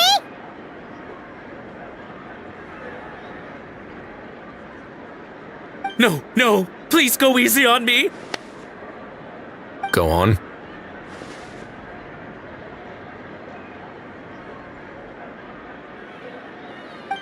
Where was I? Well, anyway, I thought to myself, seeing as the item itself came from Natlan, it would make more sense if I could find someone from there to go retrieve it. And by a stroke of complete and utter coincidence, I just so happened to see these two young folks wandering around, so I'm so very sorry I underestimated the pair of you. I need you to clear something up for me. You haven't paid the seller yet, correct? And yet he told you to collect the item from the Palais Mermonia. Was he not worried that you'd just split afterwards? Well, to be honest, though I can't claim to know him very well, he, on the other hand, seems to know my name and where I live. Besides, this is a guy who managed to get his hands on an ancient Natlanese weapon. That's probably not the kind of person I want to double-cross. Fair. That makes sense. So, Mr. Please, just call me Argento. All right, Mr. Argento. Listen very carefully to what I'm about to say. It will determine how much of the rest of your life you'll be spending beneath the waves. What does he mean? Is he gonna drown him just like they do in those gangster films? Oh, I get it. He's talking about that place at the bottom of the Fontanian Sea. Shh, can it? Owing to your suspected involvement in the illicit trade of Natlanese relics, you're now one of the suspects in an international smuggling case. A trip to the Opera Epiclese seems unavoidable at this stage, but on the bright side, you still have one chance to make things right.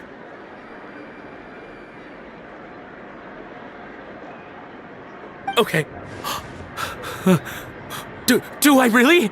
Please tell me what to do. It's very simple. Just reach out to your seller in the same way as usual, arrange to meet, bring the money, and make the deal. Just be sure to let me know all the details. I'm talking time, place, the whole lot. If we can catch the other party by doing this, you'll have gone some way toward redeeming yourself. Understand? Oh, I see. I understand. You shall have my full and unadulterated cooperation. Good. Don't break the law, and don't even think about making a run for it. The Palais Mermonia will be watching you and ensuring your safety. All right, take the box, but leave your ID and other documents behind. You can go now. As for you two, protocol dictates that I should take you both back to the Palais and have you sign a confidentiality agreement. But that would take a lot of time and effort. Such a hassle, bro! See, Mr. Kikuku knows exactly where I'm coming from. So, I was thinking, since you're all friends of the Traveler... I understand, sir. We got dragged into this by accident, and it has diddly squat to do with us. And out of respect for the Traveler, we won't say another word. Oh, I know this part. We better keep our mouths shut or we'll both be sleeping with the fishes in the tailor-made pair of cement shoes. In that case, I understand completely. Not exactly what I was going for, but if that's how you want to understand it, then be my guest. Then it's settled.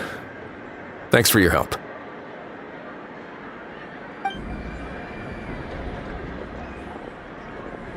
Boy, am I glad that's over. That's enough work for one day. Time to head back.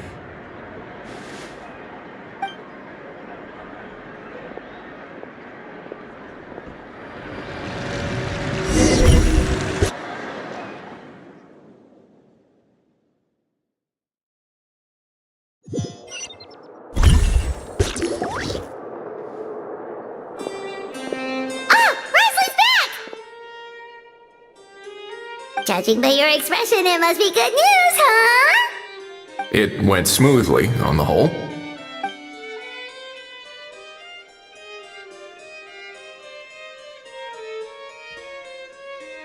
So basically, we hold off until Argento and the other party have set up the next stage of the transaction.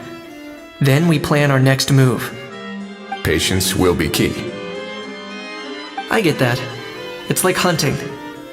I'm just not sure the other party will take the bait so easily. Well, if he didn't need the money, or if he valued self-preservation over making a profit, he could have walked away as soon as the contraband was brought to the Palais Mermonia. On top of that, although he hasn't shown his face yet, he seems to have no followers or accomplices, and he's relying on an extremely limited set of options to push the deal along. So, if you ask me, he seems like someone who cares a lot about his image and has a somewhat high opinion of himself, but lacks any real ability. I almost get the feeling that if he misses out on this opportunity, he won't have any other way of making money. His every move is like a spin of the roulette wheel, hoping that the ball will land exactly where he wants it to. Or, I don't know. Maybe he'll cut his losses and vanish into thin air, and our efforts will have been in vain. At least Natlan will get the stolen relic back, so it won't have been for nothing. In that case, let's hope his arrogance stays in play. Everyone, I have just briefed the Marechaussee Phantom on the situation. As soon as there are any further developments, we will act without delay. When that time comes, we will be relying on your help. We'll be waiting for the good news!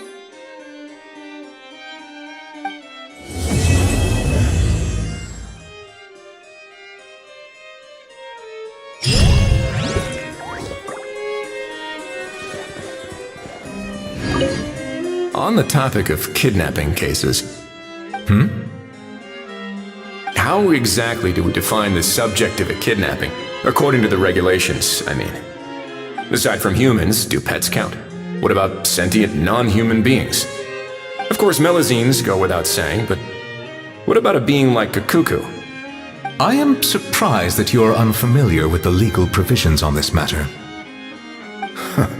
If I knew all the laws like the back of my hand, I wouldn't have ended up in the fortress of Meripede, would I? That is no laughing matter, Wriothesley.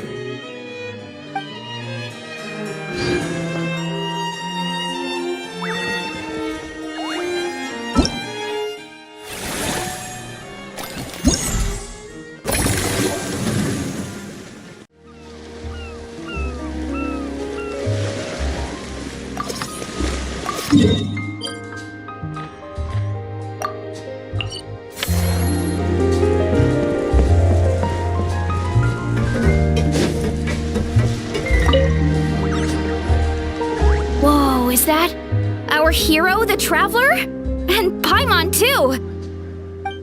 Oh, I guess I shouldn't be too surprised. Mrs. Coiffier already told me you were the big boss here. But when I saw you just now, I forgot myself for a moment. Technically speaking, the Chevalmarin Film Fantasyland doesn't even have a boss, does it? Isn't it the idea that everyone works together to make it as successful as possible, and then we all share the profits? But, wait a sec.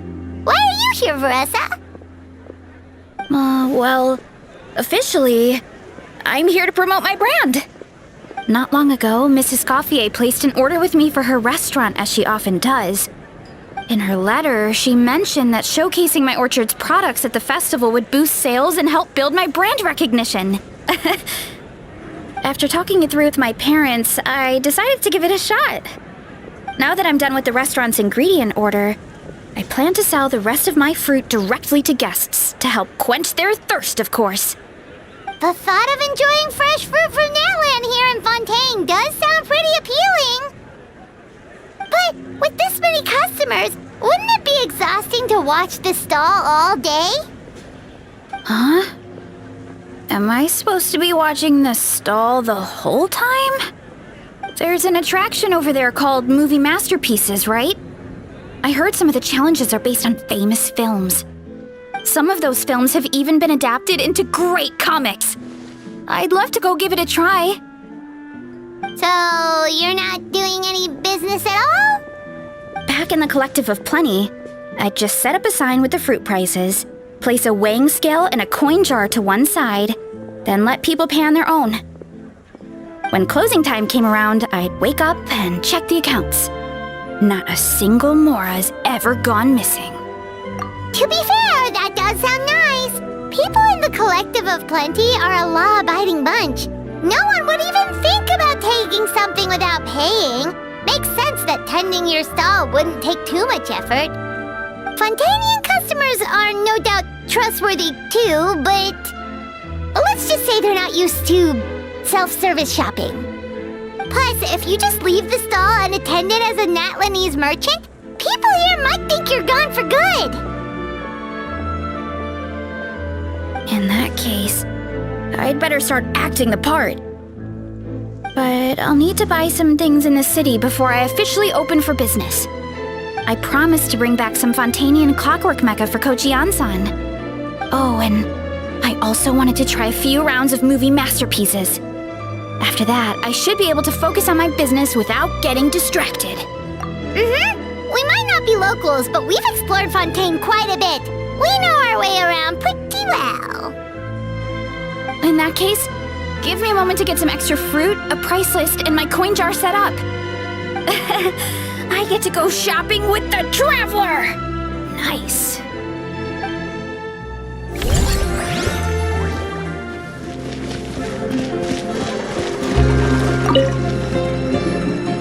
Hello, boss. I'm from the Collective of Plenty. You might recall receiving a letter from us requesting you to design some components. Wait a sec. Why does Eonsan need clockwork mecha? Nothing like that. Our coach just wants to fine-tune her gym equipment so people can target different muscle groups more easily. She mentioned something about a rowing machine to focus on back muscles, as well as a pec deck and a leg press machine. The parts that connect the ropes and weight plates wear out easily, but they need to be strong. So Coach Eon-san thought she'd give Fontainian Clockwork Mecha a try. It all sounds so technical. When did fitness turn into some kind of complex engineering problem? To be honest, I don't really get all the details either. But if it works out, I'll be sure to train according to her revised method. And if it doesn't, we can always stick to the good old methods. If you're interested, I can show you a few beginner exercises the next time you drop by our tribe. You'll be able to smash the records without even breaking a sweat. I know it. Paimon will pass on that one. She'll be rooting for you from the sidelines, though.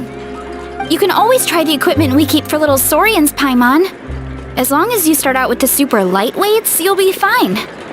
Weight training's for everyone, you know. As long as you put in the effort and keep it, anyone can develop rock-solid muscles. No!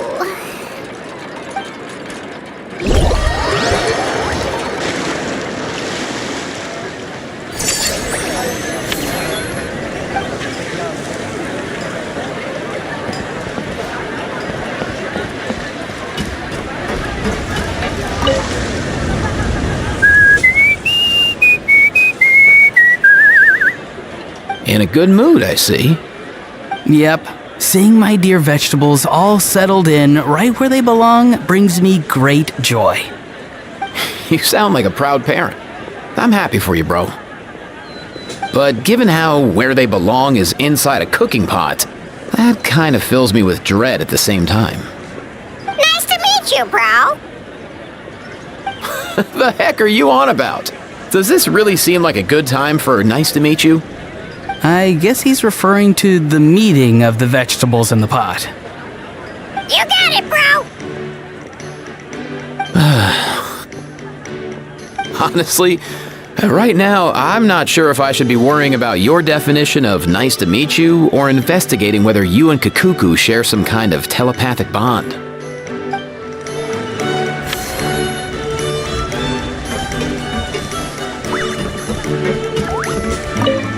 You've got this park off to a great start, partner.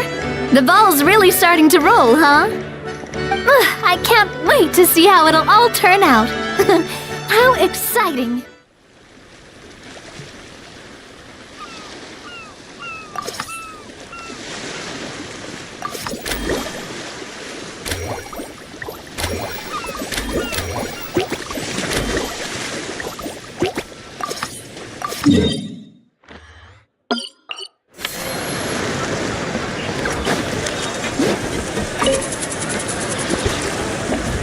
All right, time to show off how fast I can run.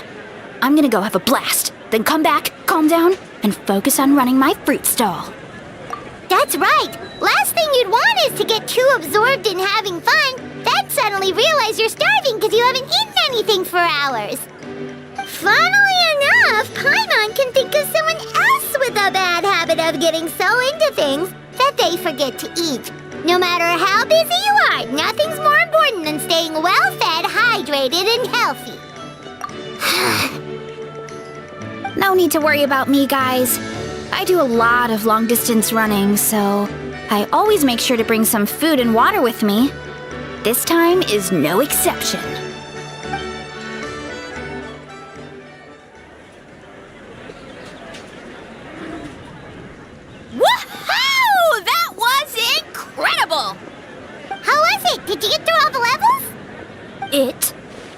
was amazing! Not only did I get a super high score, but I also checked up on every homage to the original films, and even recreated several iconic scenes starring comic book superheroes. I'll focus on doing business this time round, but if there's ever another event like this, please let me know as early as possible. I want in! Yep. You know what?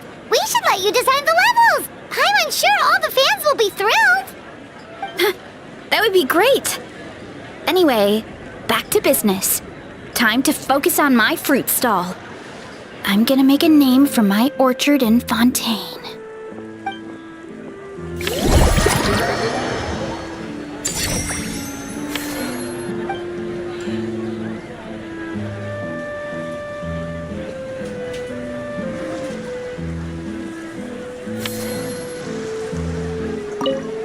Seeing how happy everyone is here, I can't help smiling myself. Would you like some fruit? Feel free to take some.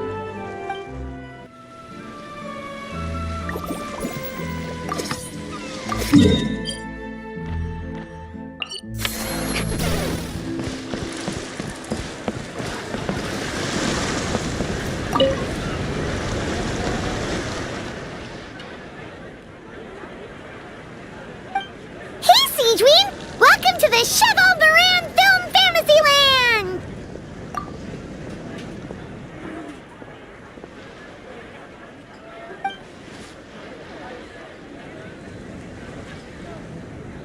Oh, your encouragement leaves Paimon feeling even more motivated than ever!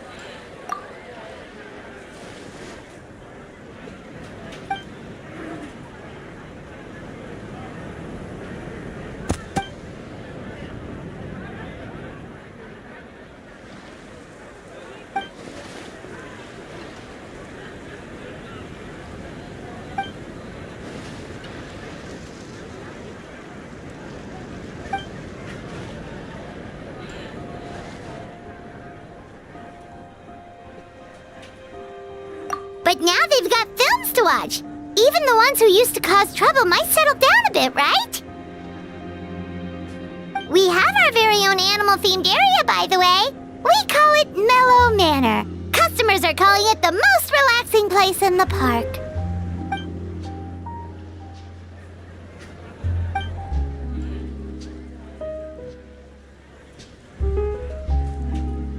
Oh, you mean we could invite Sijuin to be a consultant at Mellow Manor?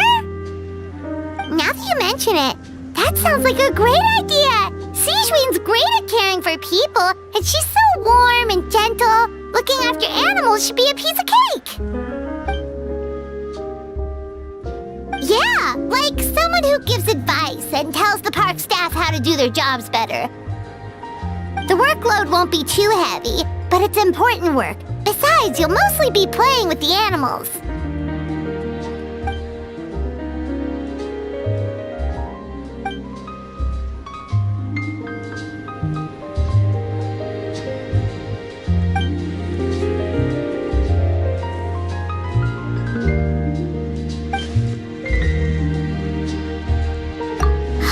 With Sijuin on board, Mellow Manor's gonna be even better than before!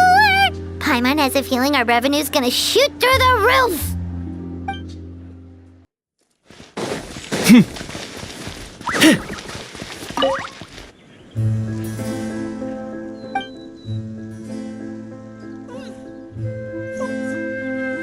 Forget health issues, Paimon wouldn't be surprised if she could actually chat with the animals once she's done reading! Oh, wait, head nurse, please don't go. Phew, boy, am I glad I caught up with you. One of the inmates has become obsessed with those magical mouse munchies from the animated films you've been showing them, and tried making some himself with 3 days' worth of welfare meals. He ended up giving himself food poisoning, with symptoms we've never even seen before. Please, we need your help.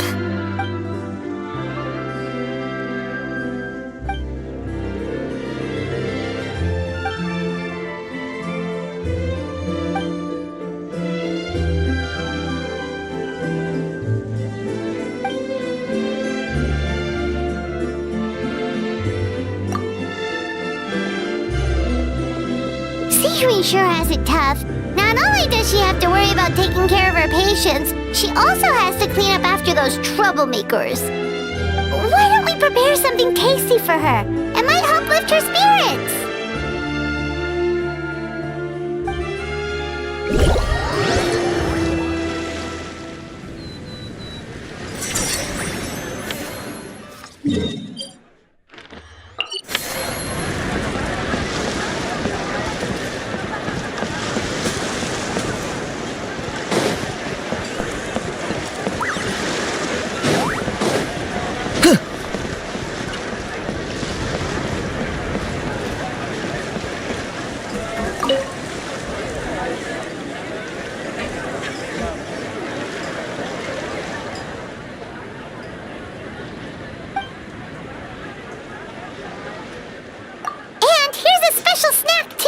Hope it gets your strength back up.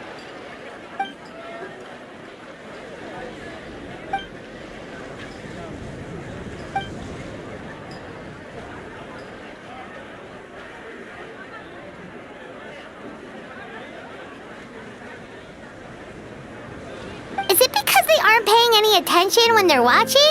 Or is it some rebellious mentality? A whatever you tell me not to do, I'll do it just to prove you wrong type of thing?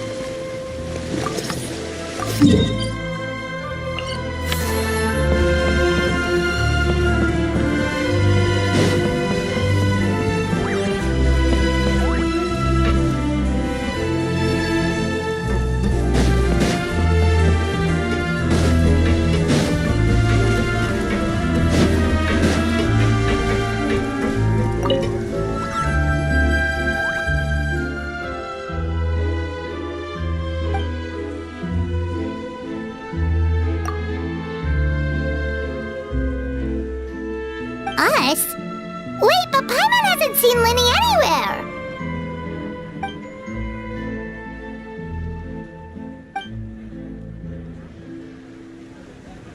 All of them?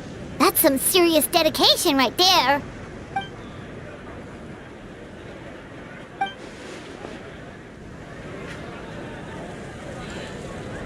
Paimon had no idea Linny was so into horror films.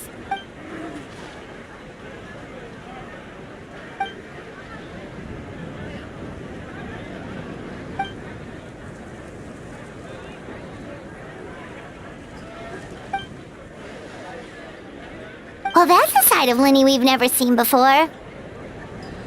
Don't even think about roping Paimon into this!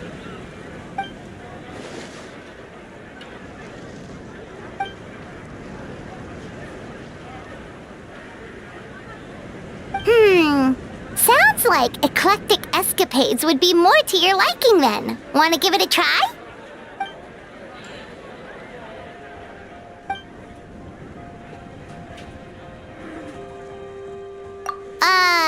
Is that really that entertaining? Still, if you're interested in the attraction, why not become a consultant? That way you'd get to see more of the visitors' reactions too!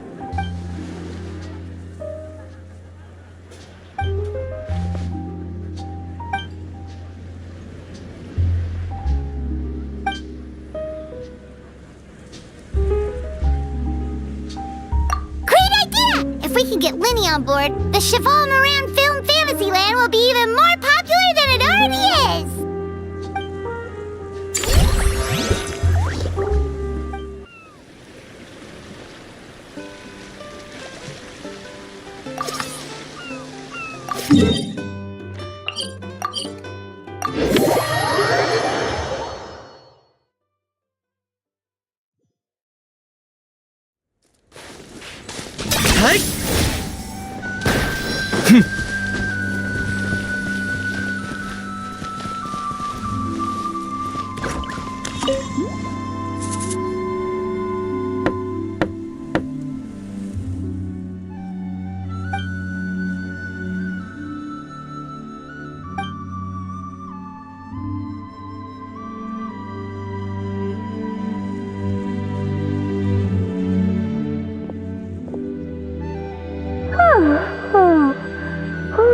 Delighted to hear that you've been enjoying yourself, but I need to concentrate on this film for now.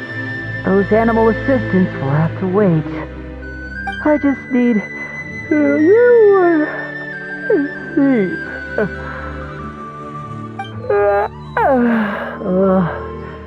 Every time I close my eyes, I keep thinking of new tricks. So tired. Can't sleep, but can't get up either. That's right, Lenny. A change of pace should stop your mind from wandering. Wait, Traveler? Paimon? You two are here as well? In that case, count me in. Not just for my own sake, of course, but to support my friends. Just give me a moment to freshen up.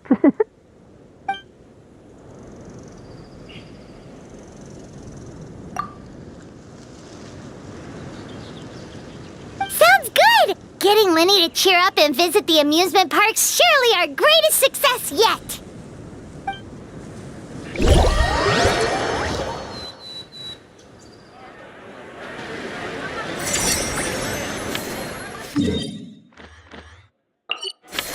I'm not the friend to come to for words of comfort or encouragement. But when it comes to weighing the costs of your actions, ask away.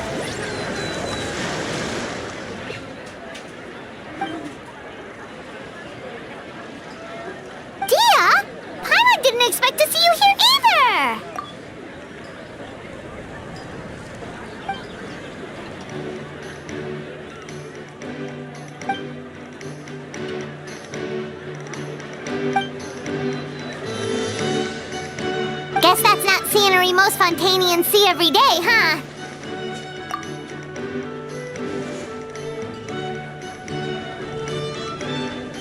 Wait, aren't fight scenes supposed to be as realistic as possible? Surely the more punches that land, the better.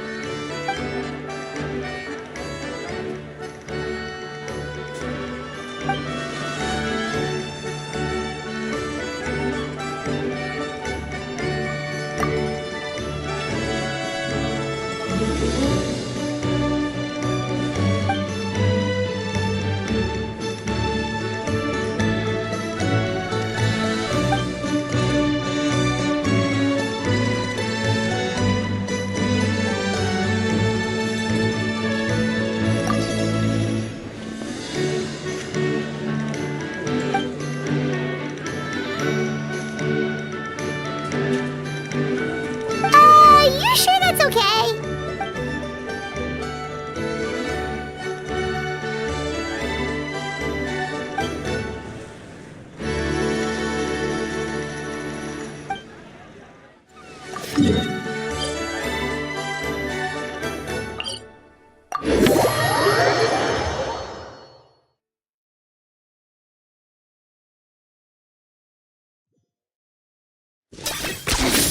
Points for agility.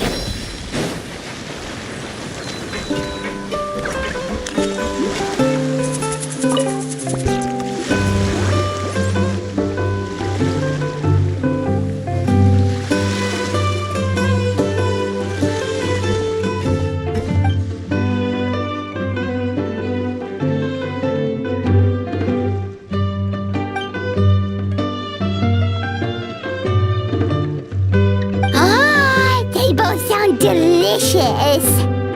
But how come you seem so familiar with this bar when it's your first time here?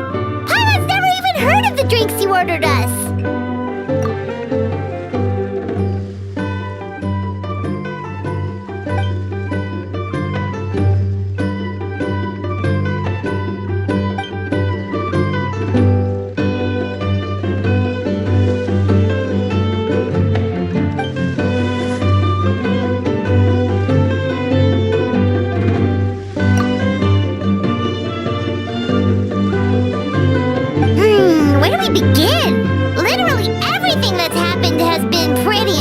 possible, if you think about it.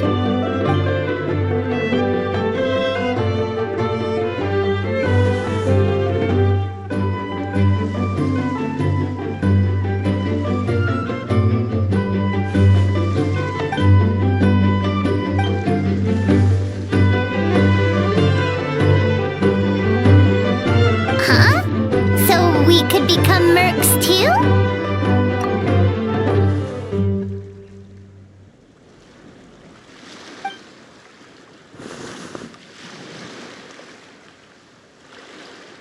Actually makes a lot of sense. When you think about it, it's not all that different from adventure commissions. Who knows? Maybe we'll find jobs where we can help a lot of people while also bringing in a nice chunk of Mora. Wouldn't hurt to build connections with Dia's Eremite friends either, would it?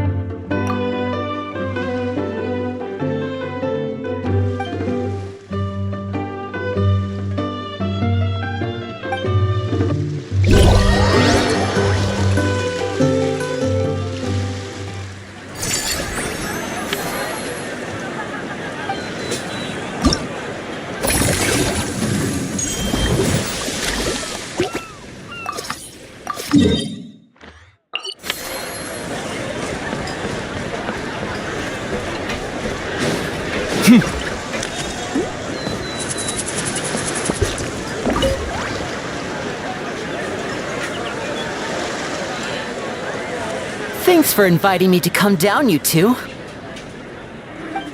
I must say, I feel like a new man after visiting the park and seeing all those adorable animals.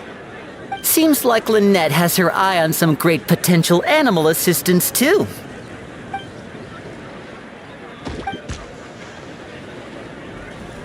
Oh, and did you see those weird mushrooms? Can we take home a few of those as well? That might not be possible. These fungi have been specially trained, you know? They're like the stunt actors of the elemental world.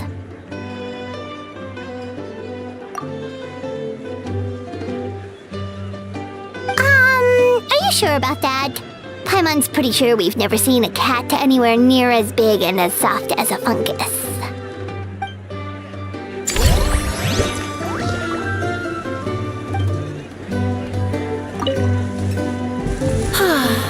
I feel so much better after seeing those animals. They're all so carefree. The other two attractions were great too. In fact, they've given me a new idea. An interactive magic show with a moving stage. We'll start working on it as soon as we've finished filming.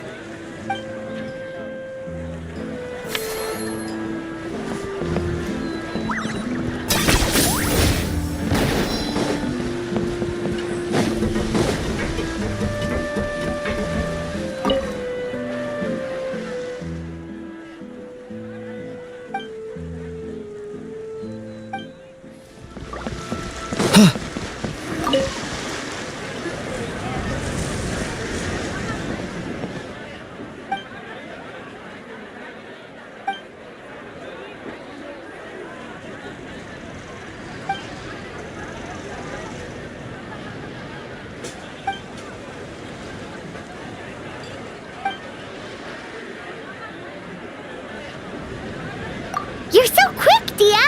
Everyone agreed just like that! Guess that means we're now official partners of the Blazing Beast! Hooah! Watch out, world! There's a couple of new mercs on the scene! Maybe Paimon should give herself a proper mercenary name.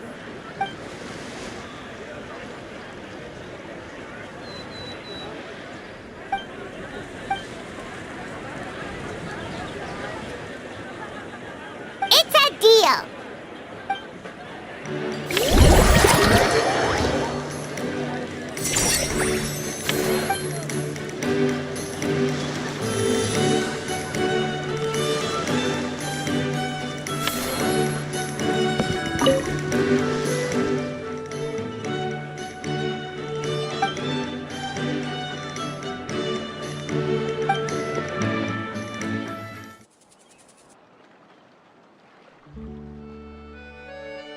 Hey, everyone! We're not late, are we? No, you're just in time. Well rested, I trust? A great way to stay energetic, certainly. We received word from Mr. Argenteau yesterday, confirming the time and location of the transaction. It'll take place this afternoon, and it turns out it'll be somewhere we all know pretty well, too. The Film Fantasyland restaurant. Oh, really? Huh. He sure does like that place. Seems like you share our concerns, Traveler. Indeed. Capturing someone in a crowded event venue will be much more challenging than in an open area. The criminal might try to blend in with the crowd, or even escape by taking hostages. In light of this, we've had to make additional preparations. As soon as we received the news yesterday, we began coordinating with the Marechaussee Phantom and the Special Security and Surveillance Patrol. We'll be deploying lots of undercover agents on site. If things go south, the safety of the civilians will be our top priority. Of course, fingers crossed, everything will go without a hitch. I noticed a bunch of familiar faces from the previous case, like Captain Chevres of the Special Patrol, so I'm feeling optimistic. We'll trust your instincts, then.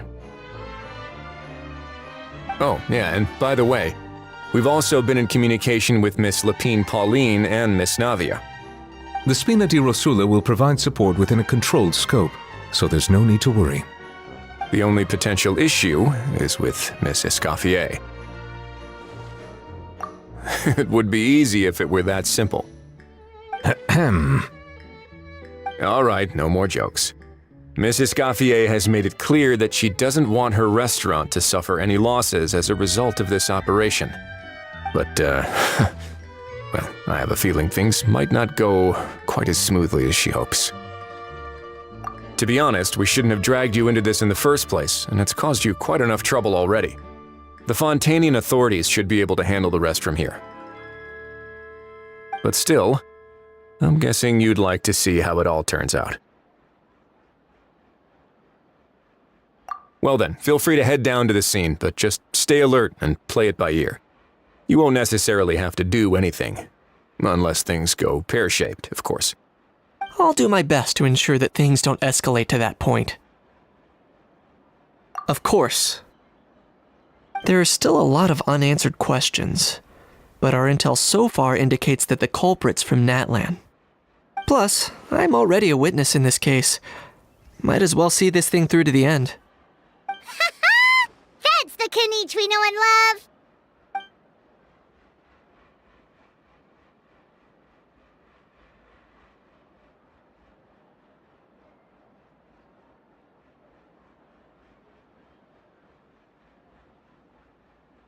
Well, that's enough of the small talk.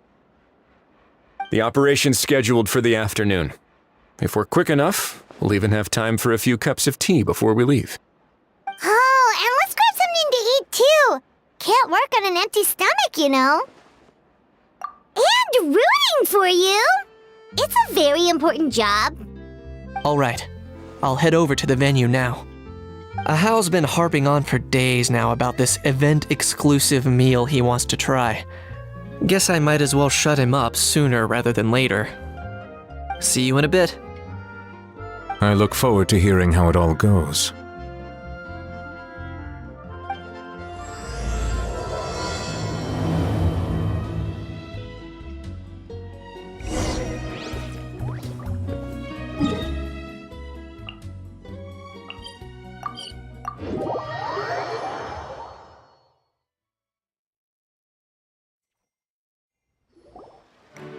This beach seems to be getting livelier by the day.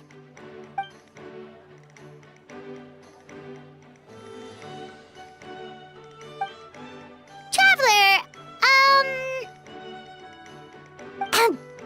Paimon's getting kinda hungry. Let's go check out the restaurant menu, shall we?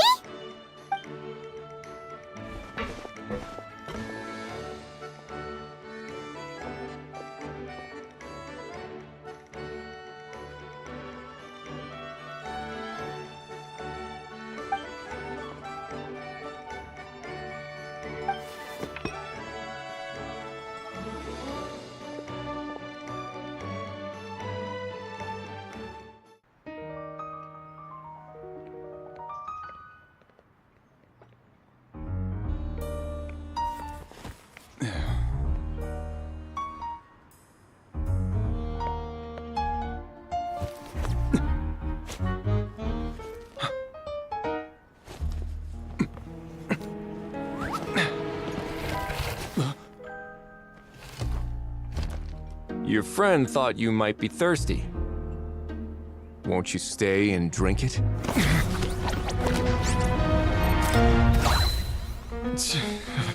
I tend to steer clear of drinks left out in the open.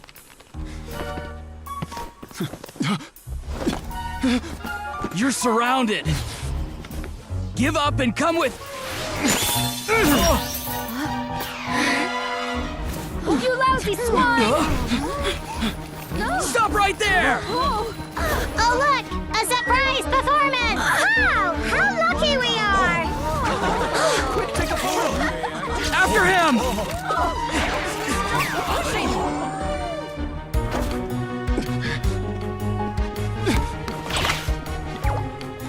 Sorry, my guy. Unlicensed and illegally docked. This boat's not going anywhere.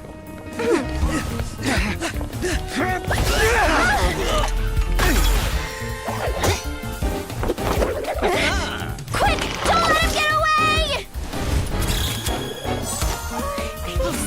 Be careful! Amazing! Lowly worm! No one flies higher than the almighty Dragon Lord! Who's stealing my fun? Ah, you again! You're driving me crazy! Oh, wow,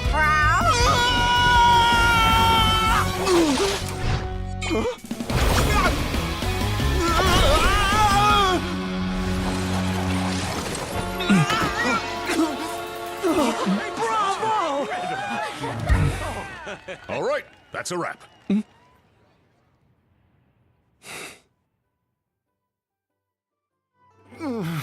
Unbelievable! You can't just drag someone around like that! Such blatant disregard for human life! I'm gonna sue the living daylights out of you! Will you now?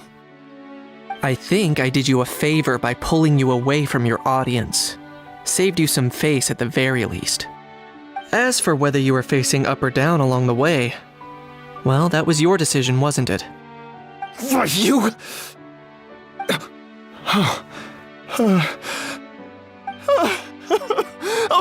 All right, I admit it.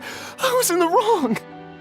Oh, of course I know the difference between right and wrong, but I had no choice. I desperately needed the money. I was an expert on ancient relics. Not only did I have a successful career, but a happy family too. But my son, I never imagined he'd turn out this way. Fell in with the wrong crowd and ended up shoulder deep in gambling. We had some savings, but he drained them away like a waterfall. Once he fell into debt, he had creditors regularly coming over to threaten and intimidate him. I'm his father. How could I just stand by and watch him suffer like that? Oh, my son is about the same age as you are. If only he could have turned out more like you. That's the only reason I needed the money. Please, believe me. You... Please, kid, I'm begging you. Help me. I see you're from Natland too. That makes us brothers. Please, have mercy. I still have a chance to help my son straighten himself out. But only if I get back. If I go to prison now, he'll be doomed, I tell you, doomed! And isn't standing together and fighting for a better future what families do? Our fate is in your hands, young man. Please, have a heart. Something wrong, Kanich? Gone soft, have we?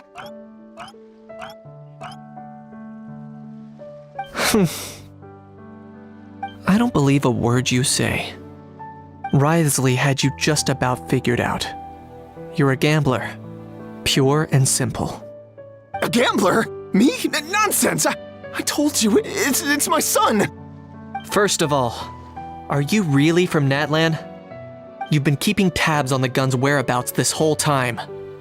You should have recognized at least one familiar face by now. On top of that, the way you threatened to sue me? Spoken like a true Fontanian, if you ask me. Huh? What kind of logic is that? I can't explain. I actually grew up in...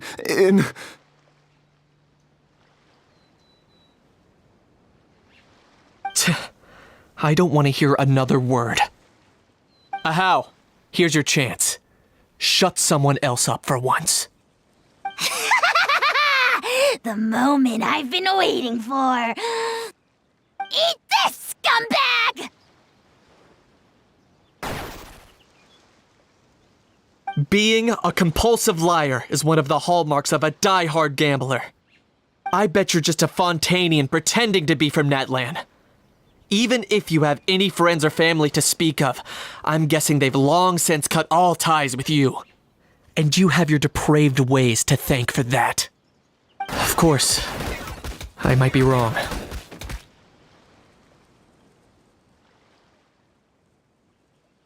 But does that matter? I'm just here to arrest you. If you're looking for an advocate or a shoulder to cry on, you're out of luck. Besides, prying the truth out of you is exactly what your beloved courts are for. Isn't that right?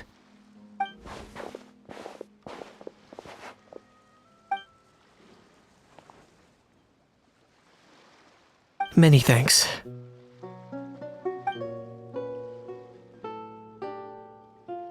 And me? What about me? So rude. You should be bowing down in gratitude to the almighty Dragon Lord.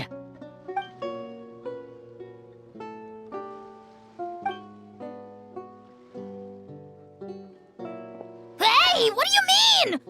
Hold it right there! Don't worry. I'm fine. I wasn't the one who just got dragged all the way here. Little Kniech, thinking back to when you were just an itty-bitty boy, Kniech, aren't ya? Aw, don't start crying like a little baby! I am the almighty Dragon Lord! No servant of mine will be seen acting so weak and pathetic in public! What are you on about? Still, I suppose there's no point hiding it from you. To put it plainly, I can't stand gamblers. They're the most irresponsible people in the entire world. No respect for the principle that you have to give in order to get. They'll tell 1,000 lies for a single coin, deluding themselves into thinking they can use it to gamble their way to a vast fortune. But we all know that even when it looks like you're getting something for free, there's always an unseen cost. In the past, I also ended up paying a price for my father's gambling losses. I don't want anyone else to end up in a similar situation if I can help it. Don't feel sorry for me. I certainly don't feel sorry for myself. They say that people are shaped by their past, and since I've made it this far, I must have done a lot of things right.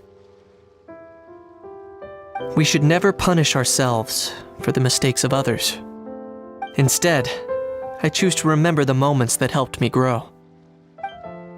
Like when I first learned to use a grappling hook, or the very first time I yearned for knowledge. Yeah, I believe you. Let's get going. If we don't head back soon, we'll cause more unnecessary worry.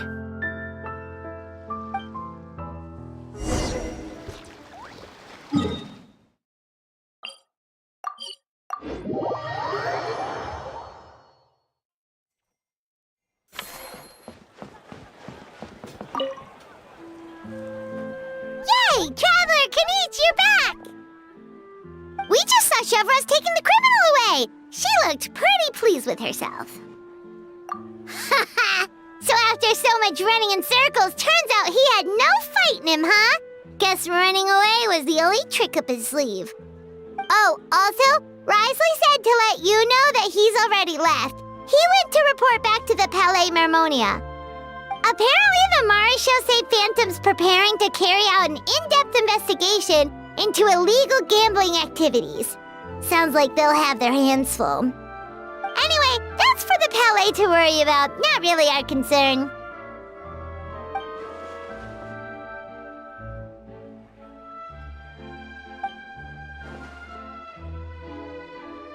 Hey, it's not like you to give up so easily, Charlotte.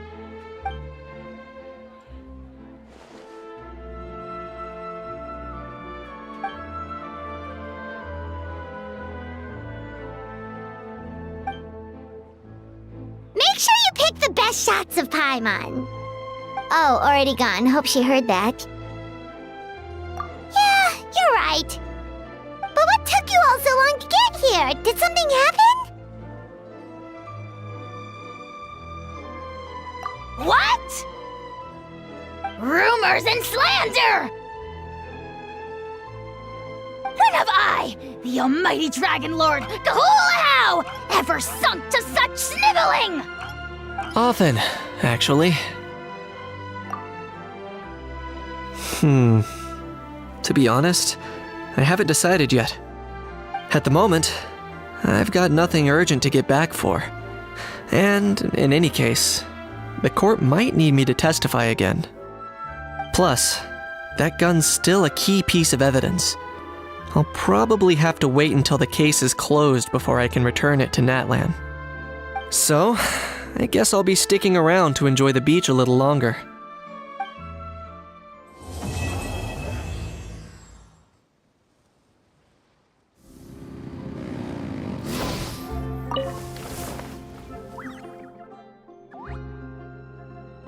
Your efforts are much appreciated. Sounds like I'm no longer needed here. Guess I'll be on my way. One moment. As a key witness, you may be called upon to attend the follow-up trial, Mr. Wriothesley. Oh no. For real, bro? But sorry. I meant, could I maybe attend anonymously?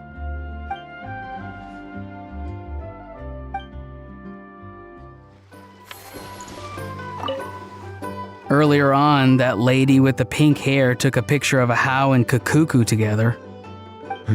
You sound a little disappointed. Were you hoping to be in it too?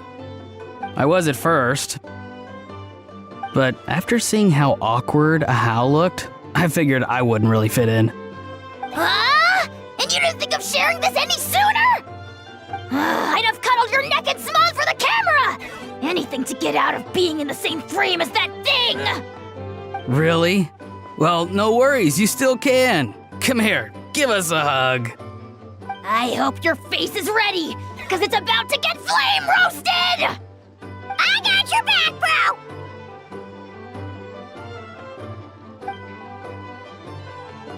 Kanich, have you thought about maybe ditching that little rascal? Leaving him here for good when you leave? I have. But given that a Hao's also an old relic, that would probably count as international smuggling. I can't bring myself to knowingly break the law. Guess we all have our problems in life.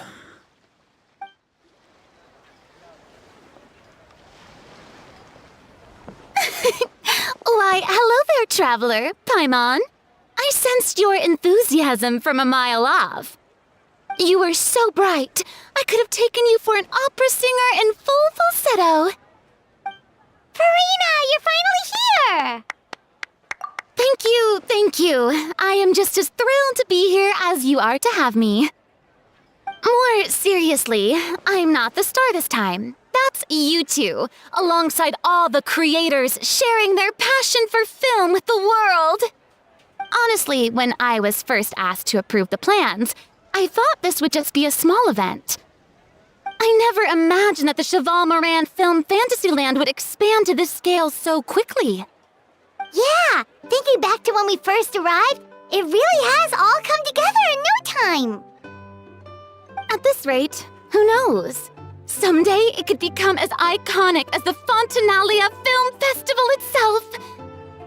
And we have the two of you to credit for much of that. I've suggested to several renowned directors that we award you the title Pioneers of the Film Industry. In contrast to the Farina Award, which is more of a public honor, this title is a mark of true recognition from within the industry itself, a reflection of both Wow, even you're getting serious now. Come now, no need for any of that. Just relax and enjoy the moment. Speaking of which, I've actually been preparing a little survey. How about we randomly select some visitors to give us feedback about the park? Did Paimon hear that right? Farina carrying out a customer satisfaction survey? Well, given that it bears the name of my dear friend Surintendant Chevalmarin, isn't it only natural that I conduct a bit of research on her behalf? Besides, the more famous a star becomes, the more important it is to stay in touch with reality, no? Plus, it's amazing how much you learn just by listening to other people's take on films. I don't always assume celebrities just get their assistants to handle everything for them, but it sounds like it's actually pretty hard work. Then again, maybe Farina's just an outlier.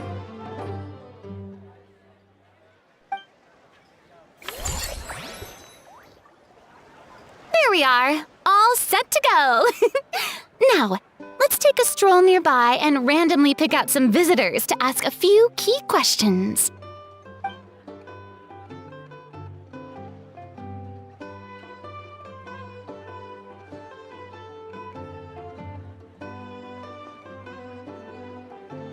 These suggestions are surprisingly detailed.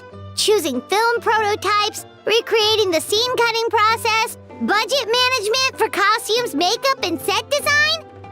Oh, Paimon's head is spinning. Why is everyone so professional?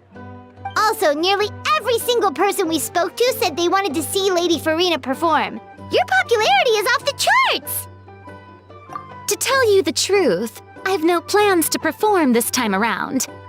Any star worth their salt knows their role. When I take center stage, all the spotlights are on me, and rightly so. But as a guest, I should step back and let others shine. So instead of performing myself, I'd prefer to support you from behind the scenes. Perhaps as a consultant for one of your attractions, for instance? Hey, that's right! Movie Masterpieces is all about film expertise. There really would be no better candidate than you! Oh, wonderful! Then I shall give this role my very heart and soul. Once I've had a moment to prepare, we can meet up for a slice of gâteau from my pâtissière suprême before we get started.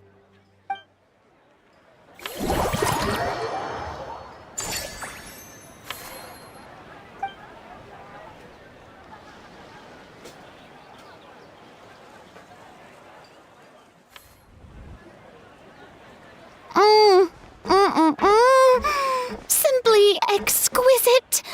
As amazing as ever. Escoffier, have you ever considered starring in your own film? I can see it now. Val's en cuisine. A riveting tale about the art of extreme cooking. I'm sure it would be a hit. As it happens, I'm already doing something similar. A brand consultant has been filming my training sessions with students and incorporating them into films about Fontainian cuisine. Oh, no. No. A documentary won't do. I'm talking about something with a bit more drama. Your experiences as a chef could be turned into a scintillating story. In fact, I'll even write it myself. Before you finalize it, please let me review the culinary terms, especially when it comes to how ingredients are handled, the timings and the quantities. Great! It's settled then. And actually, I think I'd like to bring in the Traveler and Paimon as directors. Something tells me that the three of you working together would really get the creative sparks flying. We could create something truly magical here. No problem. That said, now that we've been granted Director Farina's approval, we'll really have to step up our game. Excellent. I believe in you both. The gâteau was sublime as ever, Escoffier. Now, about time we got to work. I'll start drafting the script on the side while serving as the consultant for movie masterpieces. Wish me luck!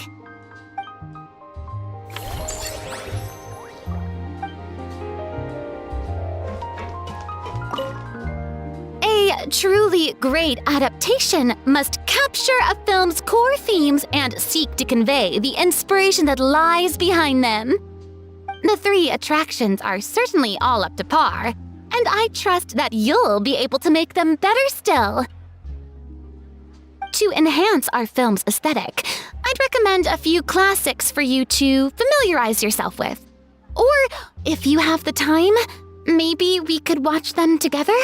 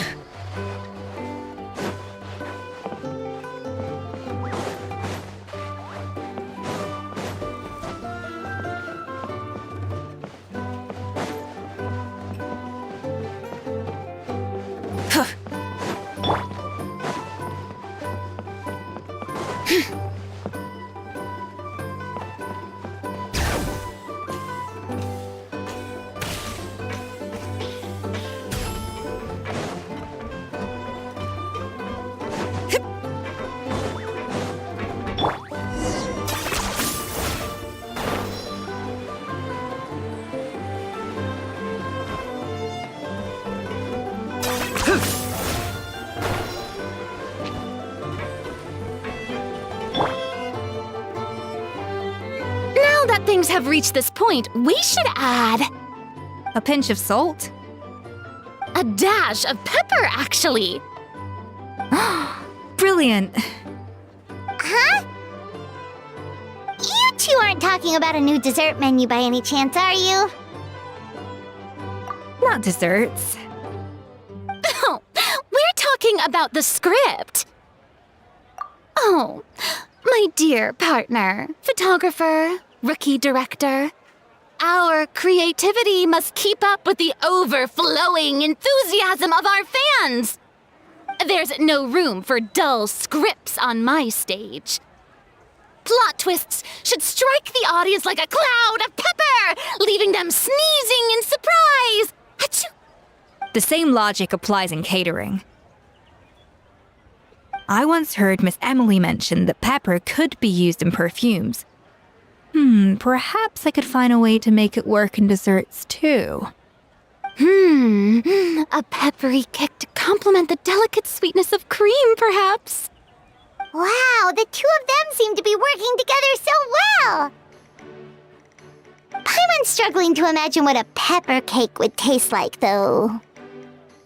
Well, well, what do we have here? Escoffier's making a new cake? Oh, how exciting! When it's ready, do let me know. I'd love to try it. Is it just Paimon, or does it seem like everyone's even more enthusiastic now that they've finished their work? Why shouldn't they be? When your hard work pays off, that's when you should celebrate. It's like a batch of fresh macarons. You should never let fear of sweetness stop you from adding all the filling you please. After all, if there's ever a time to pile on the sugar, it's when you're making macarons. Pile on the sugar! Pile on the sugar! And why are we piling on the sugar? Lapine Pauline, you're here! Is it ready? Of course! It all went according to plan. Huh? Were you off on some kind of important task? I was indeed. Please accept this.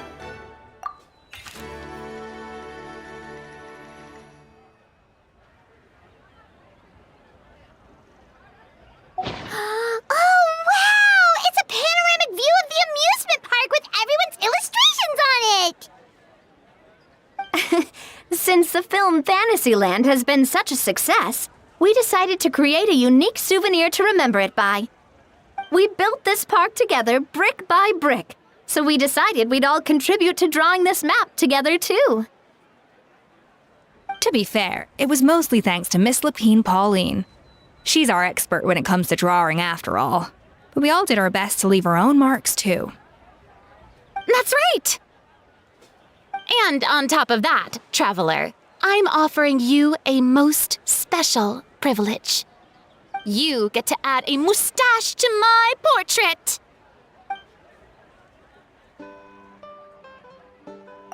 bolognese sauce flavor. Well, that sure counts as a surprise twist. You win this round!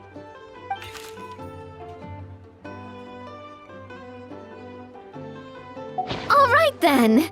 Now that you're the proud owner of this commemorative map, you can draw as many different flavored mustaches on it as you like.